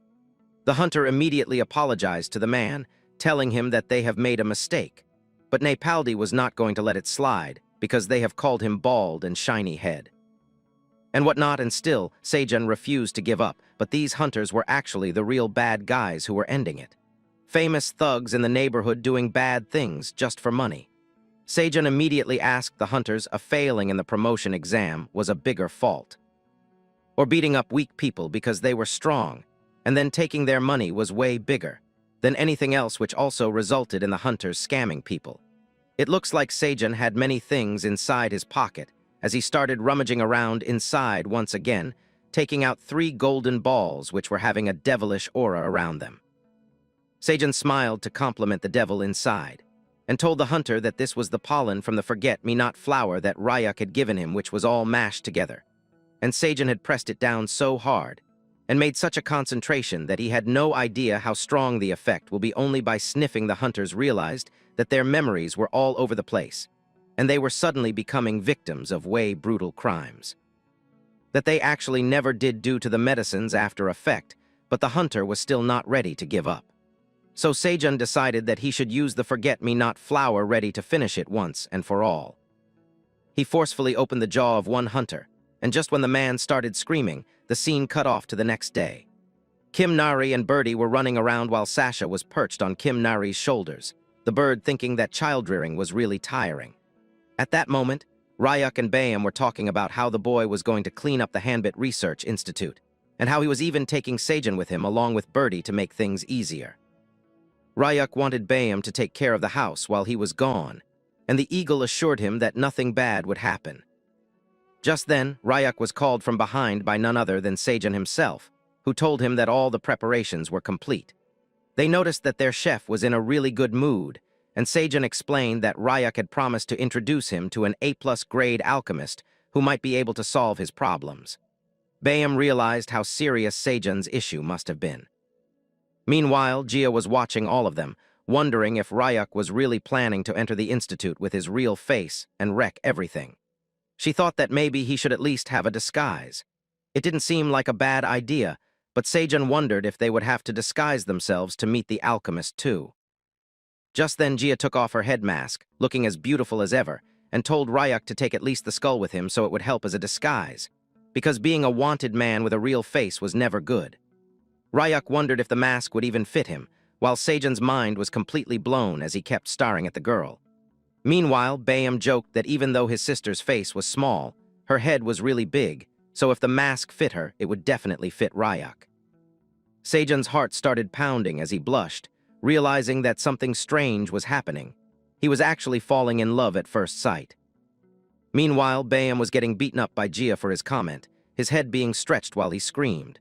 Seijun immediately got down on one knee and told Jia that he had a personality where he acted on whatever came to mind right away. Then, with his most charming face, he asked her about her type. Both Bayam and Ryuk spat out the water they were drinking in shock, and even Jia froze for a second, surprised by the sudden question. Ryuk and Bayam sat down with some popcorn, saying it had been a while since they'd had such entertainment. Bayham explained that his sister always took every question seriously and would always answer honestly, no matter how strange it was. So Gia thought for a moment and said that, for now, she liked something flashy and something that could dance well. Hearing that, Sejun wondered if she preferred peacocks over humans, and what completely crushed him was when she added that she also liked people with lots of hair, the more the better. The one thing Sejun lacked most was hair. Fueled by new determination, Sejun turned to Ryuk with fire in his eyes, saying they had to meet the alchemist as soon as possible. Ryuk asked where they were stopping on the way, but Sejun didn't care. Anywhere was fine as long as he could fix his hair problem. The scene then shifted to the real world, where a huge gate had opened, scaring all the humans who saw it. They wondered why a return gate was so massive. Suddenly, a gigantic beak emerged, followed by a colossal monster bird that burst out at incredible speed. Everyone realized it was the parrot vulture, and they quickly decided to report it to the association. For a moment, some thought they saw people riding it, but since that didn't make sense, they focused on reporting first. From above, however, we see 3 people riding the parrot vulture. Sejun asked Ryuk where they were going and why he was bringing such a massive bird with them. People were bound to be shocked. Ryuk simply said that there was no reason to walk when they had a ride. As the camera zoomed in, we see that both Sejun and Birdie were wearing masks, while Ryuk, smiling beneath his skull head, enjoyed the view of the bright sky. He decided that this new ride should be called Blue, to match its color. Sejun kept asking where they were headed, but Ryuk didn't answer. Meanwhile, at the Hanbit Institute, the head scientist was being told that all the hunters sent this time had returned with amnesia and remembered nothing. When he asked about the Tri-King Chimera, he was informed that it had been lost in the demon realm. Furious, the scientist slammed the table repeatedly, scaring his subordinates. He knew that losing the mechanical creature would not only ruin their reputation, but also endanger their government funding, as a shady organization that had invested heavily would not take it lightly. Just then, an assistant approached with something found in one of the hunter's pouches, a small condensed orb, and a note saying that the person would visit the head scientist soon. Seeing this, the scientist screamed in rage, demanding an immediate investigation. But before he could finish shouting, the mirror behind him shattered as the parrot vulture crashed through the wall with a heroic entry. Dust and smoke filled the air as the enormous bird landed clumsily, its left tail feather bent awkwardly. Ryuk thought that they should fix that once this job was done. As the parrot vulture lay unconscious, Sejun and Birdie rolled on the floor, dazed and wondering if they were still alive or had ascended to heaven. Meanwhile, Ryuk calmly asked the terrified employees in the office who among them was the lab director. The scene shifts to a little while ago, just before the raid on the lab, as we see that Ryuk and Sejun, along with the Birdie, were flying through the parrot vulture monster. Sejun told Ryuk that the Hanbit lab was actually located halfway up in the mountains, somewhere between the slums and Gold City, which was just a little further away from where they were. But still, Sejun wondered if what they were doing would really be okay, because even when he didn't know, he felt out of the loop. Hanbit was not just any research institute. They had successfully developed mechanical organisms using liquid metal, naming them the liquid metal chimeras. They were also the creators of Kim Nari, who herself was a mechanical organism made of liquid metal. The institute even made it to the media and received awards for their creations, when in truth, it should have been considered a crime. Sejun knew the reality of how Kim Nari had been treated. But he saw that Ryuk wasn't paying attention at all, certain that maybe Ryuk already had a plan. Then Sejun turned and looked at the parrot vulture monster, realizing that its tail feathers looked really different. Ryuk explained that the left side of the monster's tail feathers wouldn't grow, which made him unique. Ryuk had noticed this from the first time he saw the monster. It had been attacked by its own kind because of its tail feathers and was running away because they were different. That was when Ryuk saw the opportunity and saved him. Even the parrot vulture monster seemed happy after being rescued by Ryuk, as if it was thanking him. Sejun, still curious, wondered why the tail feathers not growing back was enough for the monsters to attack one of their own kind. Ryuk explained that parrot vultures were obsessed with beautiful tail feathers, and it was in their instincts that the moment they saw someone different, they would immediately attack. This was why Blue, the parrot vulture monster, had been ostracized from the group. They kept attacking his tail. This made Sejun tear up, as he understood the feeling of wanting to grow something in a place where it would never grow. symbolizing his own fallen hair that had left him bald. Suddenly, Sejun noticed that the building of the Hanbit Research Institute was close, and they were going to reach it in just a few moments. But as Ryuk saw the building, he immediately told Blue, the monster bird, to go straight ahead and not stop until they crashed. Sejun wondered what he meant, but the monster had already picked up full speed. The birdie was terrified, almost ready to throw up from the height, and it felt as though Sejun might be thrown off at any moment. Ryuk yelled at him to hold on tight to the bird, since the monster's uneven tail feathers made it a terrible flyer. It couldn't balance itself at such insane speeds. Even though Sejun knew it was impossible, he still clung to the parrot vulture's feathers for dear life as they crashed straight into the building. We returned to the present, where all the scientists were shocked, wondering what in the world was going on. A female scientist recognized what she saw before the crash, a dangerous monster of enormous size. A male scientist with glasses grabbed something nearby for support, realizing he couldn't see a thing through all the dust swirling around. But when he turned to see what he was holding, he immediately wet himself. It was the parrot vulture monster, standing right inside the Hanbit Research Institute. Before anyone could process what was happening, strong spider webs suddenly wrapped around them, tying them all together. It was done by none other than Ryuk himself, who had used his monster powers and captured them all. As Sejun got up along with the birdie, he asked Ryuk why they had used the back entrance when the main one was perfectly fine and safe. Ryuk explained that since the head researcher's office was usually on the top floor, they had to follow this route. Wondering if the head researcher was plotting something, Ryuk immediately asked the tied-up scientists if this was indeed the Hanbit Research Institute. The scientists didn't answer, confused about who Ryuk actually was. Ryuk introduced himself as Kim Nari's guardian, but the scientists didn't seem to understand what he was talking about. This pissed Ryuk off, and suddenly he noticed something was wrong. A strange, ominous feeling was spreading through the air, the presence of a chimera. Ryuk instantly realized that something was not right. The scene shifts to Gold City, and in the Hunter Association building, where we see that an old man asked a young boy about how his B-ranked exam prep was going on, warning the young man that if he failed, then the old man would kick him out of the house, so he should be aware. We come to know that this young man was named Lee, who was actually a C-class individual, and the old man was a C-ranked hunter too, who was the grandfather of Lee and the head of the Hunter Association.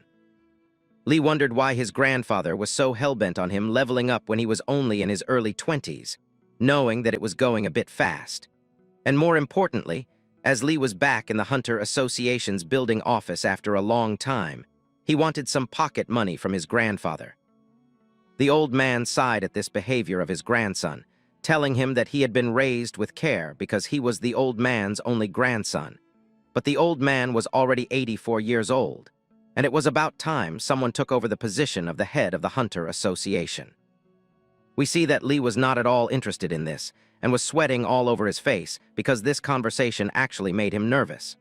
But the grandpa explained that in his youth, he saw the awakened as they risked their lives to save people, and it was due to this that the old man created the Hunter Association so that he could help them because he wanted to do his part, however small, to protect the world. But the awakened ones of today were no longer ready to take on dangerous jobs, and most of them were only interested in profitable ventures, only running towards money. The old man was not signifying that the hunters should go to their deaths just because they were awakened, and even the Chimera research started in the first place to protect them. But to hire a Chimera hunter, the Hunter Association would have to pay a huge amount of money so that the Chimera Research Institute could run. The experimentations done by the Institute were affecting lives in the poor areas, who were inevitably exposed to danger even when it was all for survival. The old man couldn't help but blame the other hunters because he still couldn't forget about the heroes of the old era who actually saved people, no matter if they were rich or poor. And the old man also believed that a world where life and death were decided by money was wrong, and it was only at times like these that the Hunter Association needed to stand even taller. But everyone only looked at money and coveted the position of the Hunter Association head. The man knew that if Lee would become the association chairman, then he could form a more solid foundation and be righteous because for the old man, it was late, as he had awakened pretty late in his life. And now he was living as a powerless association chairman because his rank was low. But if it was Lee who had awakened at a young age, things could be different. The boy was getting annoyed by all this and was going to snap back at his grandpa. But before that, an assistant came inside the office, telling the head that inside the slums, a giant parrot vulture monster had appeared. Hearing this, both Lee and his grandpa were shocked, wondering how it could happen when there were no naturally occurring gate signals. But the assistant told the chairman with hesitation that all the hunters were being contacted, but no one was ready to step up, and they were actually ignoring all the calls. The head knew that this would happen because the incident happened in a slum, and there were no people who could afford these hunters. So the old man decided to take matters into his own hands as he told the assistant to contact all the Chimera labs near the vicinity of the incident, deciding to go himself. Hearing that, even Lee couldn't contain himself, telling his grandpa that he would also be coming for support. The scene shifts back to the Hanbit Research Institute once again, where we see that Ryuk had binded the head researcher with the spider web, but it was really strange because the man was not speaking at all and was giving off a purple miasma of a chimera. Ryuk knew that something was wrong, and he binded the spider web so tight that the researcher was split in half. This horrified Sejun, but then he noticed that in actuality, the head scientist was a chimera made out of liquid metal. Looking at that, even the birdie was shocked, knowing the true potential of what the liquid metal chimera could do. Even the scientists working in the lab were shocked, knowing that the director had turned himself into a chimera with his disfigured body and ugly face. Ryuk was being challenged by the chimera director, who asked about how Ryuk dared to enter a lab so sacred. The chimera director was ready to even send Ryuk to his death if this was what it meant to protect the secrets. And as Ryuk realized that the chimera was the head of the lab, he started analyzing everything, knowing that this director was also turned into a liquid metal chimera, just like Kim Nari, but he was not completely liquid metal yet. Ryuk realized that maybe the director had done biological experiments on his own body so that he could enhance it all. But suddenly, the birdie told Ryuk something shocking as he communicated to him telepathically, saying that he had succeeded in getting the memories of the chimera director. As we get into the flashbacks, we see that this director was even more cruel and evil than the previous scientist On, who wanted to succeed more than the deceased scientist. This much was enough to make Ryuk rage in insane anger, as he grabbed the deformed head of the scientist and asked him about how. He also dared to kidnap children and do awful experiments on them just for the sake of money and fame. Even when Ryuk was angry, it seemed that the head scientist did not regret anything at all. Even while being grabbed by the powerful hands of our boy, he told Ryuk that those kids were gutter rats rolling around in the slums, and that they should be grateful to have even been given a chance by the head scientist. Hearing that, Ryuk became so furious that he slammed the Chimera, scientist hybrid, onto the lab floor. It was so bad that the scientist realized his hybrid body was not moving properly, forcing him to liquefy himself quickly. But Ryuk was not ready to let the scientist go unscathed. He began channeling his demonic energy, telling the scientist that he sure talked a lot, so he should reflect a bit in the chamber of pain and time. Even the scientist had never witnessed such immense demonic power before. Now he was tormented in the same way he had once tormented the innocent kids. Even though it was painful, Ryuk did not stop at all. Honestly, this was what the scientist had deserved for a long time. The scientist's body began to condense and compact slowly but surely, pulled into Ryuk's hands. In no time, the entire scientist was nothing but a small bead-like ball. Seeing this, both Sejun and the bird were shocked, wondering what Ryuk had done to him. The crystal ball that had formed began to glow, and Ryuk picked it up, telling it that he had a few questions that needed answers. He then turned toward the other scientists, asking if they were ready to cooperate or if they also wanted the crystal ball treatment. Hearing that, all the scientists began sweating from head to toe, terrified about what would happen to them next. As the scene shifted, Ryuk and the bird were walking somewhere, having learned that Scientist Han and Scientist Book used to be master and disciple.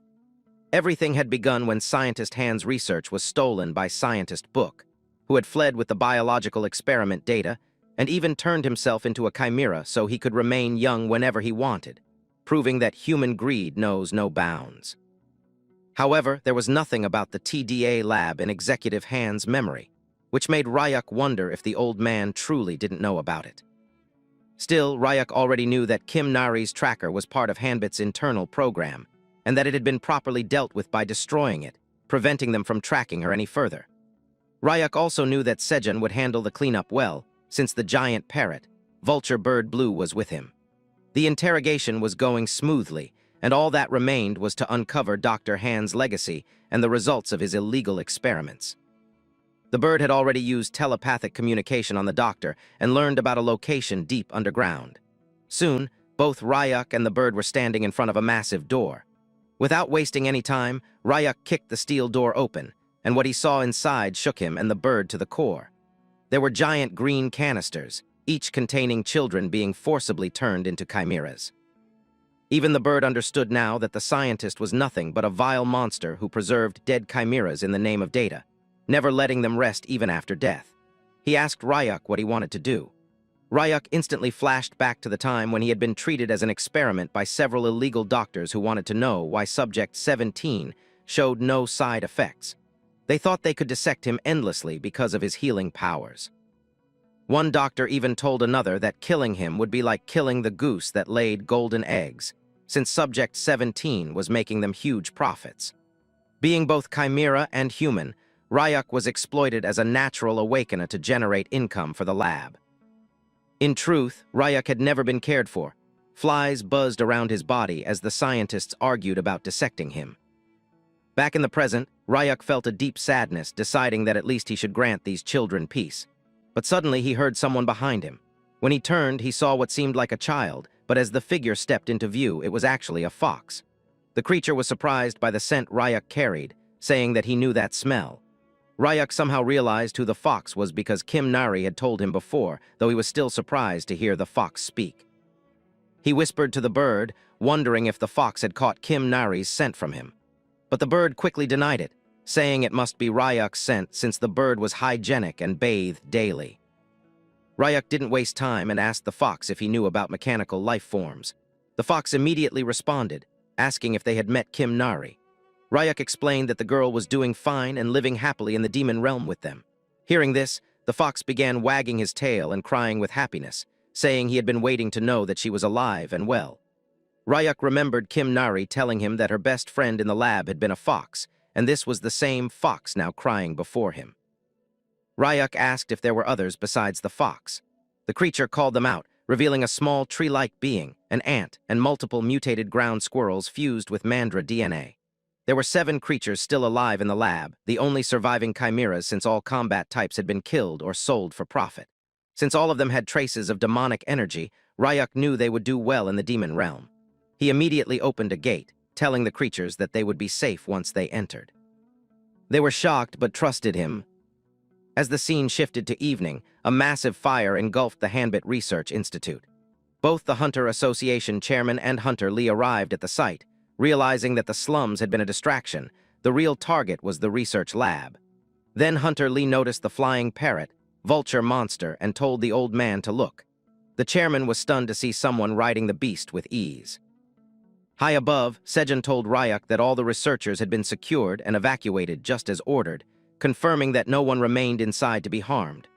Ryuk knew the Hanbit Research Lab was technically legal, so no one outside suspected the scientists' crimes. Sejun wondered if they should have made the scientists take memory-erasing pills since they had seen everything, but Ryuk just smiled and said this was exactly why they weren't hiding. Though Sejun didn't understand, he decided not to question it. Ryuk looked down and asked Sejun if he knew who the 2 people below were. Sejun explained that the old man was the Hunter Association president and the younger one was his grandson. Down below, the president was shocked to see a human flying on a parrot, vulture monster. Ryuk realized they had arrived in response to the fire report, and something about their names sounded familiar. Suddenly remembering something, he smiled, holding up the crystal ball made from the chimera scientist and throwing it straight toward the president. Sejun was shocked, wondering what Ryuk was doing, but the old man easily caught the high-velocity crystal ball. As he looked at it, the president began sweating, while his grandson asked what was going on. The old man, reminiscing, thought he would never see such a crystal again. It was a mana sealing spell, which could only be undone by someone whose mana exceeded the caster's. The director wondered who could have done this to the scientist and why. Just then, hunters ran up to the chairman, reporting that there were no casualties, though some researchers had given strange testimonies, claiming the head scientist was actually a chimera, and that the attackers had helped them evacuate from a fire they had started themselves. The old man wondered what on earth was happening. suspecting that perhaps the child he once knew was still alive. The scene shifted again. Ryuk and the others were flying as Ryuk told Sejun they should head back to the slums. Sejun joked, asking if they were going to meet the one who could solve his hair problem, but Ryuk explained that he had planned to settle things peacefully in the human realm. However, now that the association was on their trail, it would become a hassle. Later that night, Mr. Kim was sleeping soundly at the Alchemy Association's slum branch night duty room when something slammed against the door, startling him awake. He got up, wondering who was visiting at such an hour. But as soon as he opened the door, he was greeted by Sejun, badly injured and in terrible shape. The alchemist screamed, thinking he was a thief, but behind Sejun stood our boy. Ryuk told the man to relax, removing his skeletal helmet. Even after calming down, the alchemist still screamed, asking what brought them there at this hour. Ryuk simply smiled and told him to come to the realm with him immediately, no questions asked. As the scene shifted, the Sparrow siblings continued their work while speaking with Kim Nari. They were crafting a fence out of quartz and luminous stones, explaining that they first needed to drill holes into the neatly cut quartz pieces and then fit polished luminous stones inside. The moment they pressed the glowing stones into place, light bloomed across the surface, and Kim Nari stared at it with sparkling eyes, calling out excitedly to Baum, the Sparrow uncle, that it looked amazing. Gia laughed, admitting that even she would never have thought of something like this. Sasa, however, jumped at the glowing stone contraption in alarm, assuming it was an enemy, while the Sparrow brother calmly explained that now they simply needed a longer fence and wondered aloud how many pieces they would need. Before anyone could answer, a sudden gate materialized nearby, shocking Gia, who immediately assumed that Ryuk had returned. But instead of Ryuk, a group of adorable little chimeras spilled out, having been teleported unexpectedly.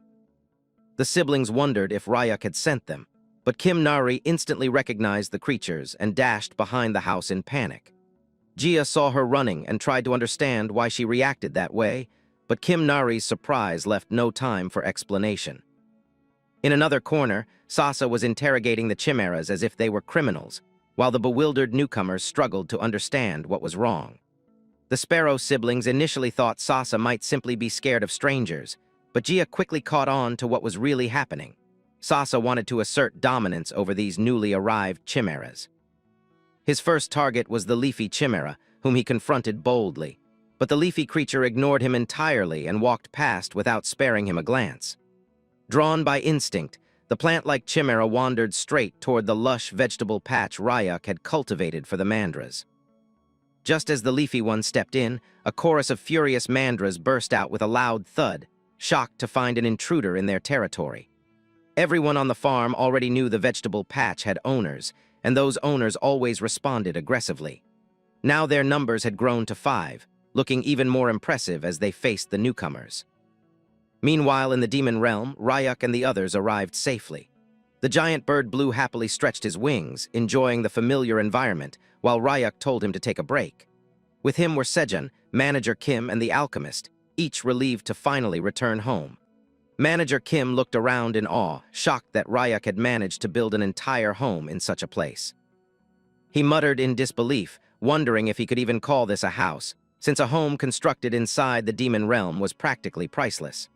He examined the structure, searching for rooms, a front door, and windows, unable to grasp how Ryuk had achieved it. Ryuk, however, was focused elsewhere. He spotted Kim Nari standing alone near a tree, realizing she still had not made up with her friends. He immediately instructed Manager Kim and Sejun not to move yet and to stay where they were. They agreed without question as Ryuk approached Kim Nari, offering her the skeleton mask. She hesitated at first, wondering if everything had been handled properly, but he assured her that everything had gone perfectly. Gia added that she planned to make another skeletal mask, just for Ryuk as well. Before Ryuk could reply, he turned to see the grass chimera and the mandras staring each other down.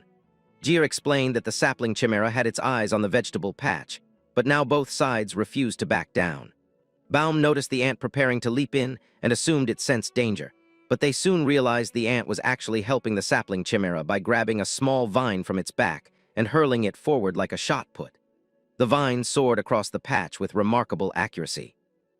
Even the smallest mandra was stunned by the synchronized attack, but the metallic mandra immediately retaliated, swatting the thrown vine aside and sending the ant into a rage. The siblings watched in amazement, realizing that the Mandra's teamwork had improved significantly, but the sapling and the ant were impressive too. Before the conflict escalated further, both sides reluctantly retreated out of the vegetable patch along with the other chimeras. Ryuk exhaled, satisfied that their chaotic welcome ceremony had concluded. But one more issue remained, the broken relationship between Kim Nari and the fox. The fox sniffed around Kim Nari repeatedly, certain now that the girl before her was indeed the machine creature she once knew. She lowered her head, determined to apologize, refusing to move until Kim Nari accepted her remorse. As the scene shifted into a flashback, the truth of Kim Nari's past emerged. In a sterile laboratory, scientists discussed the machine creature's repeated refusal to participate in ranked matches despite her top scores. They noted that whenever she entered a ranked match recently, she simply stood there and accepted every attack without resisting, as though ignoring all orders. They theorized that despite being engineered for combat, she was born with a gentle nature, which clashed with the violent environment she was forced into.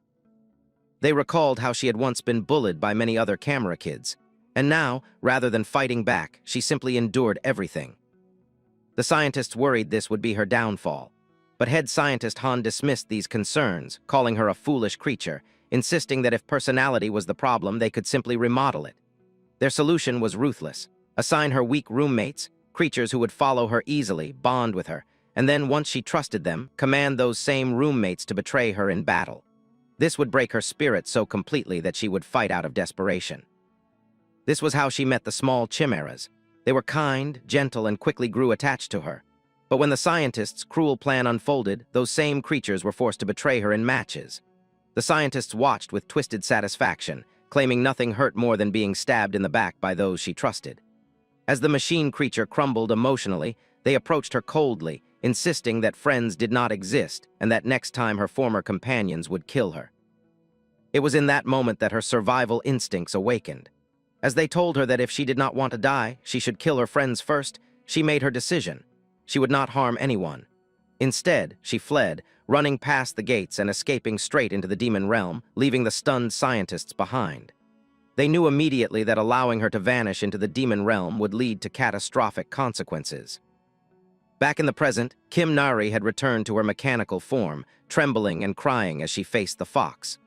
The fox also broke into tears, lamenting that she had been the one who bit Kim Nari, so why was Kim Nari crying instead of hatting her?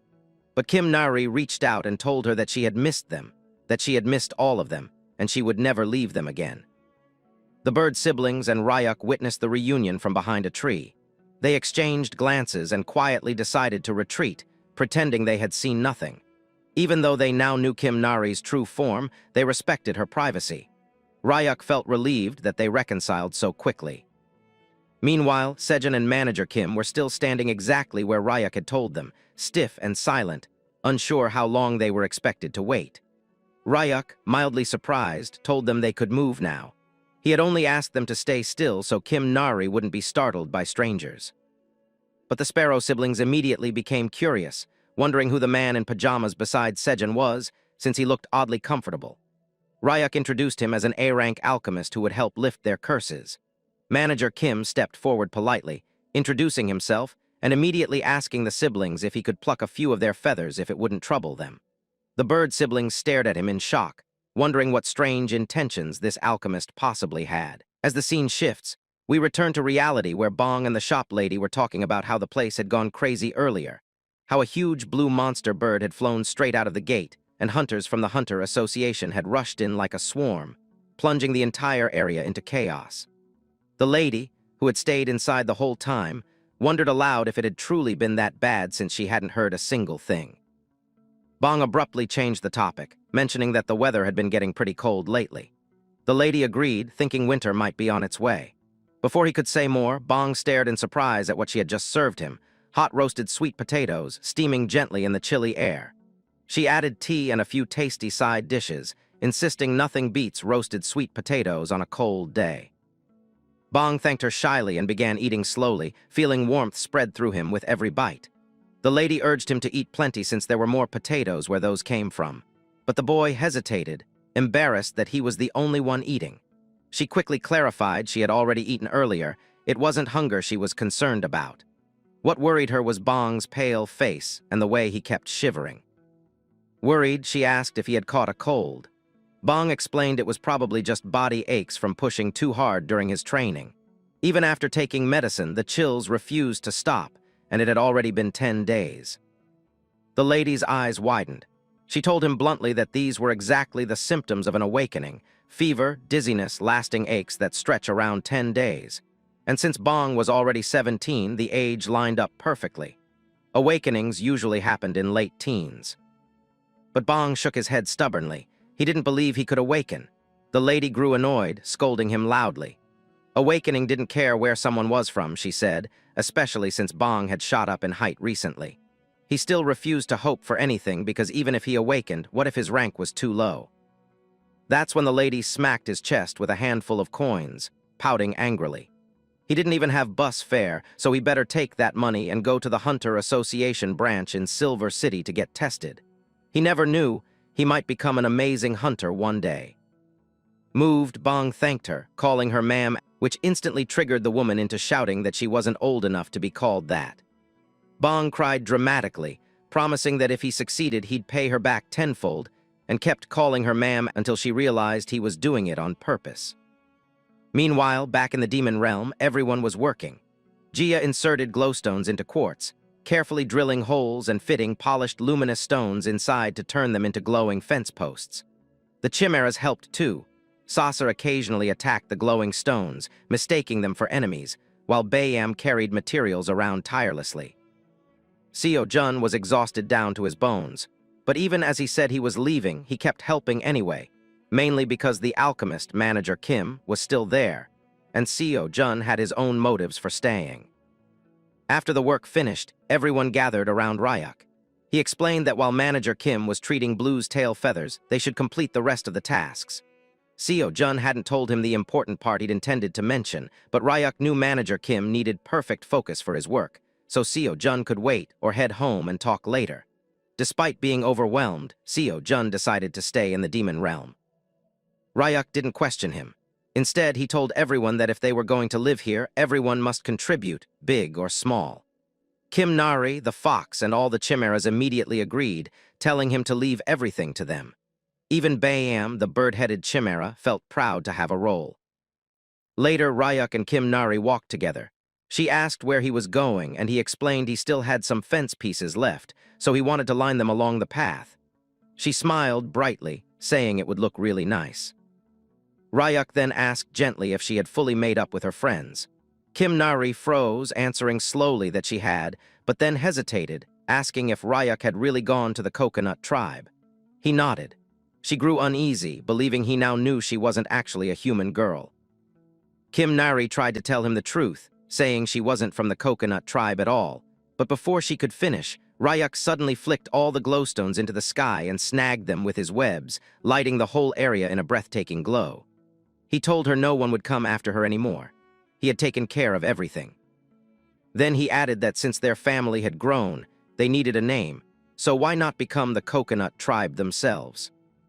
Kim Nari's eyes sparkled. She smiled, repeating her thanks again and again as the glowstone pillars lit the surroundings in warm light. Ryuk patted her head gently and told her they should head back. Everyone was waiting. When they returned, Kim Nari proudly announced that from now on they were the coconut tribe. Ryuk laughed. Gia and Bayam exchanged looks, relieved that the talk had gone well.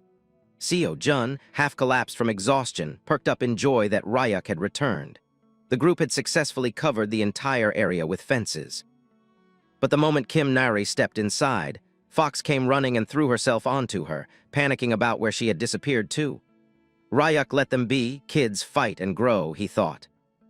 Then Blue swooped down at absurd speed, nearly crushing Ryuk with excitement. Ryuk caught the giant bird easily and hugged him, laughing that he had missed him too. Blue, despite being huge, was still a child at heart.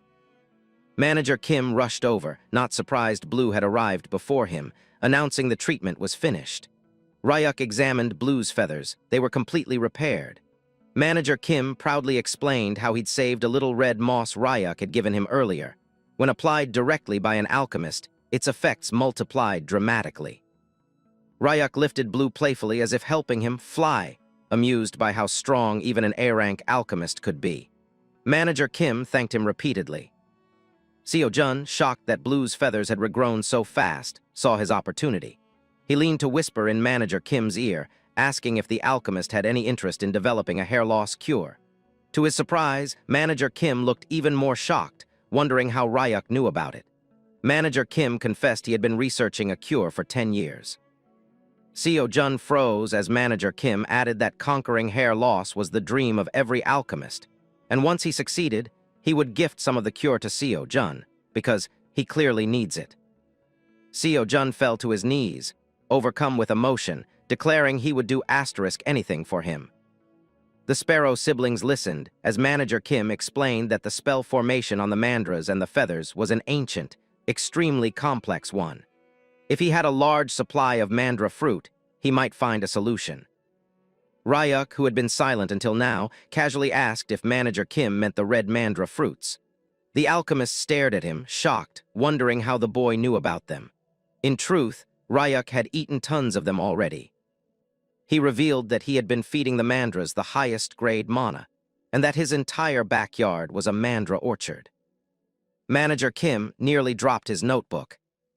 Ryuk continued, explaining that mandras grow by absorbing and refining energy, producing fruit that they then reabsorb continuously. Their fruit holds extremely condensed pure energy. If forcefully picked, the energy corrupts into deadly poison for humans. The fruit can only be harvested willingly by the mandra.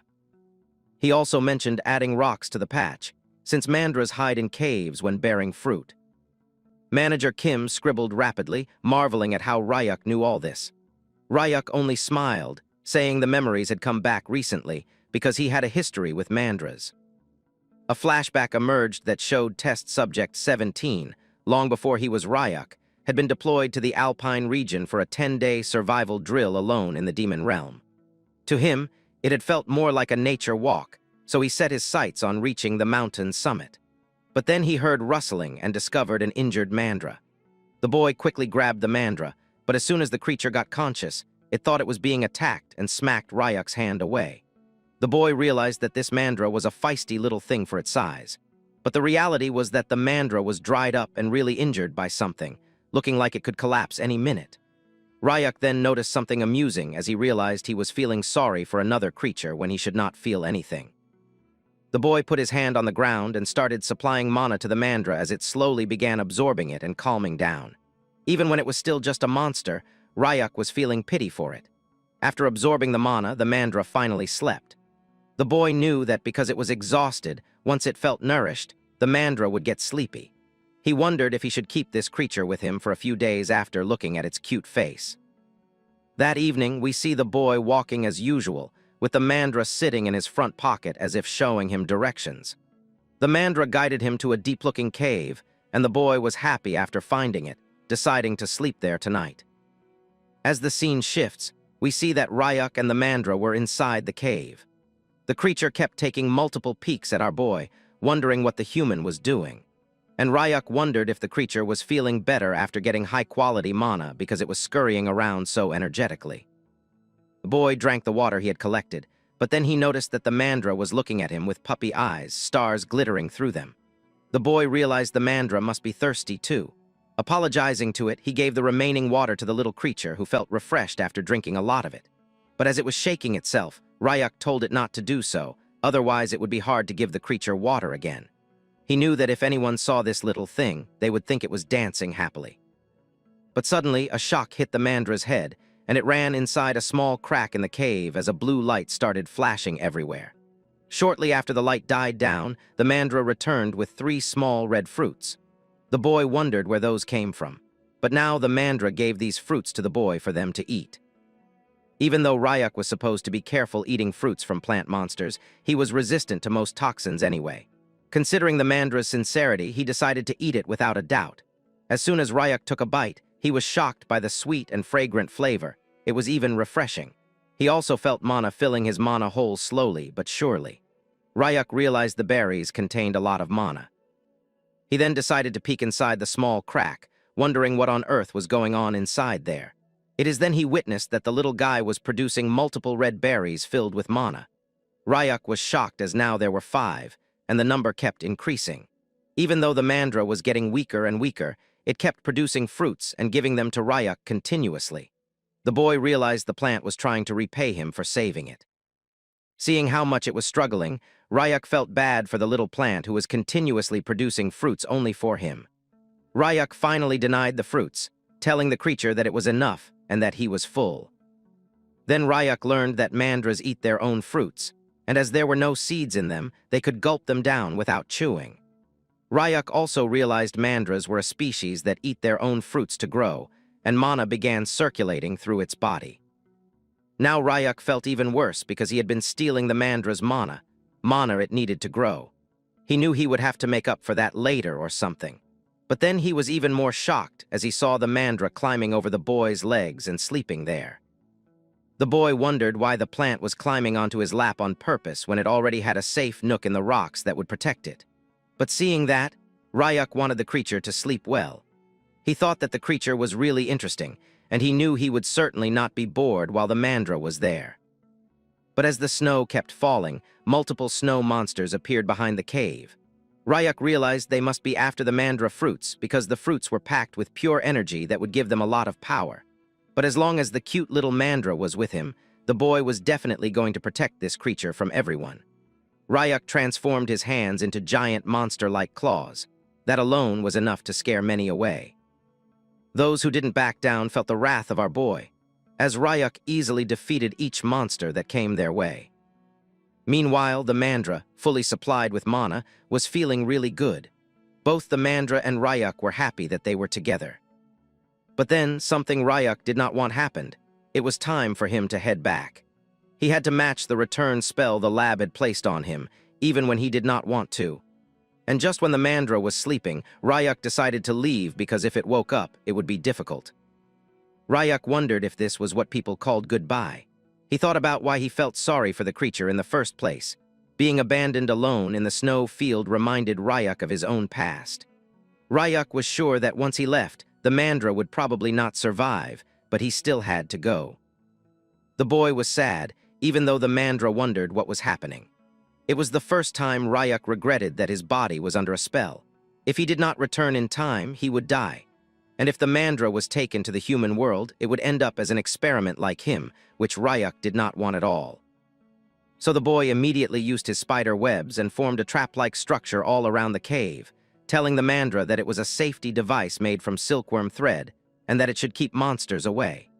He also gave some silkworm thread to the little plant, telling it to wear it properly and not lose it. The mandra was shy receiving a gift from the boy, wondering why it was happening. Just then, a gate opened in front of the creature, and Ryuk told it that he was going now. The mandra started running, but it got hit by a rock and started crying while Ryuk said goodbye to the cute creature, telling it to take care with a heavy heart, feeling sorry that he could not protect it until the end. Even though the mandra was crying, this had to be done. We suddenly return to the present and see that both the mandra and Seo-jun were crying intensely. The bird wondered what had happened to the mandra. We learned that Ryuk went back 2 weeks later, but there had been a landslide and the cave was gone. Ryuk kept searching, but there wasn't a single trace. Ryuk felt horribly guilty. Bomb told Ryuk not to feel bad because the plant probably got buried or eaten by something else. But Seo-jun was not ready to believe that, thinking that since it had the silkworm thread, it might still be alive. Ryuk cried at the thought. Seo-jun was happy that the siblings were discussing going back to the snowy mountain. Ryuk didn't want to think about it, but if the mandra was alive, it would have been great. And then the scene shifts to the snowy region, where we see countless mandras standing like an army. And the leader of these plants was none other than the same mandra Ryuk had once protected. But the manager was positive that he should search for them, because now Ryuk had also made a vegetable patch in the demon realm. And if he found it out then, it would be great. And with how fondly Ryuk had narrated the story to everyone, Manager Kim was sure that the boy must have really liked the mandra and truly loved the creature. But just then, the manager remembered something and asked Ryuk if he could try giving the mandras from the vegetable patch some of his own mana, because they would be hungry without mana since they had been busy building fences. But Ryuk wondered if this would be safe, because these were different from the ones that humans had seen in their world. But that was exactly why Manager Kim was even more interested in doing it. He sat down on his knees, wanting to give these creatures his mana, but Ryuk was still skeptical, knowing that no matter how great an A-grade alchemist Manager Kim was, he still needed to be careful, because Ryuk had learned this lesson after having Mandra cells implanted in him. That the true power of a healthy Mandra was that it was a mana vacuum cleaner, absorbing all the mana of the giver if not kept in check. And this was what was happening with the manager right now, because Ryuk's Mandras had an incredible appetite, and they had also gotten used to the amount of mana that had been given to them by our boy, which was far too much for any human possible. As all the Mandras were sucking the mana from the manager, he couldn't believe it, and slowly but surely he started fatting and then became unconscious. Seeing that, Seo Jun came running toward the manager, telling him to be careful, and as soon as Seo Jun reached him, he held the manager's hand and started crying, telling him that he couldn't go like that without curing him. But the manager was still a bit conscious and told Seo Jun that he wasn't just going to die like that. But Seo Jun was shocked knowing that even a grade alchemist was not able to satisfy the mandra's hunger. And on top of that, Kim Nari noticed that all the mandras were throwing up, and it was then Ryuk realized that it was a matter of quality over quantity, realizing that mandras were picky eaters and not all mana was suited for them. As the scene shifts, we come near a lavish building, and inside many people were sitting. It was Gold City's Congressman Park's office, and someone was discussing how the research lab was attacked, and how the money she had invested in the mechanical creatures based on the congressman's advice had turned into a pile of scrap overnight. The lady was named Jessica and was the CEO of Gold Auction. Along with her, another lady was sitting, named Violet, the wise leader of the Red Brick Gang, wondering about what Park was going to do about these losses.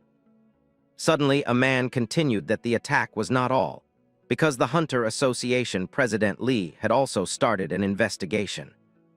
This man was Jiang, the chairman of Gold City's Merchant Association, knowing that he would be liable if anything was found. But suddenly a smug man with a beard and sunglasses started speaking, saying that if this matter gets out to the media even by accident, then things would be bad. But he was laughing, wondering if everyone was actually scared of an old chairman who had lost all his strength. We come to know that this was the former Hunter Association chairman named Gajang. Hearing that, Jiang started screaming at Gajang, but Gajang just laughed, wondering if he had said something wrong. Finally, we get to see Congressman Park, who was listening to everything, and he was the scummiest of them all, telling everyone not to worry about it because he was going to control it on his end. He informed everyone that some strange guy had shown up in some unknown slum area, and when national affairs can get messy like this, then these things have to be taken care of. Park snapped his fingers, and a projection appeared on the wall while he told everyone that they had a new source of funds right there. A pink dot appeared, and Park told everyone that they had received information that there was a large-scale mandra habitat at the summit of the snowy mountain. Hearing that, both Jessica and Violet were shocked, wondering how large-scale they were talking about and who would climb to the top of the snowy mountain and how, because even rank hunters avoided that place due to its weather. But Park assured them that they didn't need to go all the way to the top and just needed to recruit as many hunters as possible to go halfway up the mountain. Hearing that, now Gajang was getting restless, wondering what Park meant, and this is when Park revealed that he had gotten a teleporter who could help them, and that too was unprecedented. As the scene shifts, we go through a flashback where we see that Bong had appeared in the association building, telling the receptionist that he wanted to measure his awakening status, introducing himself as Bong, and it was none other than Bong himself, who was that rare awakened one with the teleporter ability. As the scene shifts again, we go inside the snowy mountains where multiple people were talking about how even in the high mountains with so many A ranks going, it felt like a school trip, and even when they were halfway up, most of the monsters were avoiding them on their own, not trying to meddle with them. But the hunters wondered about where the teleporter kid was, because the kid had a rare case with an impossibly long transfer distance and power, and they thought that the expedition leader must have him because something powerful like that had to be handled by the leader. But we see that it was Bong who was somehow possessed by another individual. We come to know that Bong was only an F-class individual who had awakened this time, but such kind of teleportation couldn't happen unless someone at least reached D-class. Now we come to know that the leader of this expedition had an amplification ability, and he was going to use it on Bong to amplify his powers, but amplifying an F-rank skill would take a toll over Bong's body, and he could also die. But during the briefing, the expeditioners were told that Bong could be used as a puppet after being hypnotized and would do whatever he was told, because at the end of the day, Bong was just a street kid living in the slums, so no one was going to care if he died, and they would have one less person to divide the money with. But just then the leader stopped everyone's trashy talks and told them that the distance they were at should be durable. He was the expedition leader with the amplifying skill, calling out to Bong along with the puppet master, telling him to use his powers. The boy was hypnotized, and even when blood splattered from all over his pores, he kept doing it, even when he was being tortured as the leader amplified his skills, straight up teleporting mandras from the top of the snowy field and dropping them down onto where they were. Everyone started laughing about how it was still working without any regard for how much pain Bong was having due to them amplifying his skill. But now all the hunters started running while leaving Bong unconscious, telling each other that they were first come, first served, and they had to get as many mandras as they could. At first, one hunter thought he had trapped many, thinking he was successful, quickly preparing for capture, but then came the special mandra, the one and only pet of Ryuk, who told every other mandra to attack. The whole army jumped onto the net used to capture them, biting straight onto the net while the hunters wondered if this large mandra was the king of the pack. At first it seemed like they were eating the net, but in actuality the mandras were absorbing its mana, knowing that at this rate the net of light would dissolve. But suddenly, a physical-type hunter started attacking using his enhanced physical strength, smacking away all the mandras above the net. This was even risky for the king mandra, and the man said that even though he wanted to smash the creature into pieces right now, since he was huge, he would be pretty expensive, so he decided to beat the mandra enough so it wouldn't fully get damaged. But just then, a man interfered, and with one punch he threw the hunter several meters away, and he was none other than our boy himself, Ryuk, who protected his old friend while the hunters wondered who the guy was and why they had never seen him before. The boy was already angry and was having yellowish eyes giving off his chimera energy, making the hunters pee their pants while they wondered who the man in front of them was. And the mandra was so emotional that it immediately realized it had been reunited with its old friend.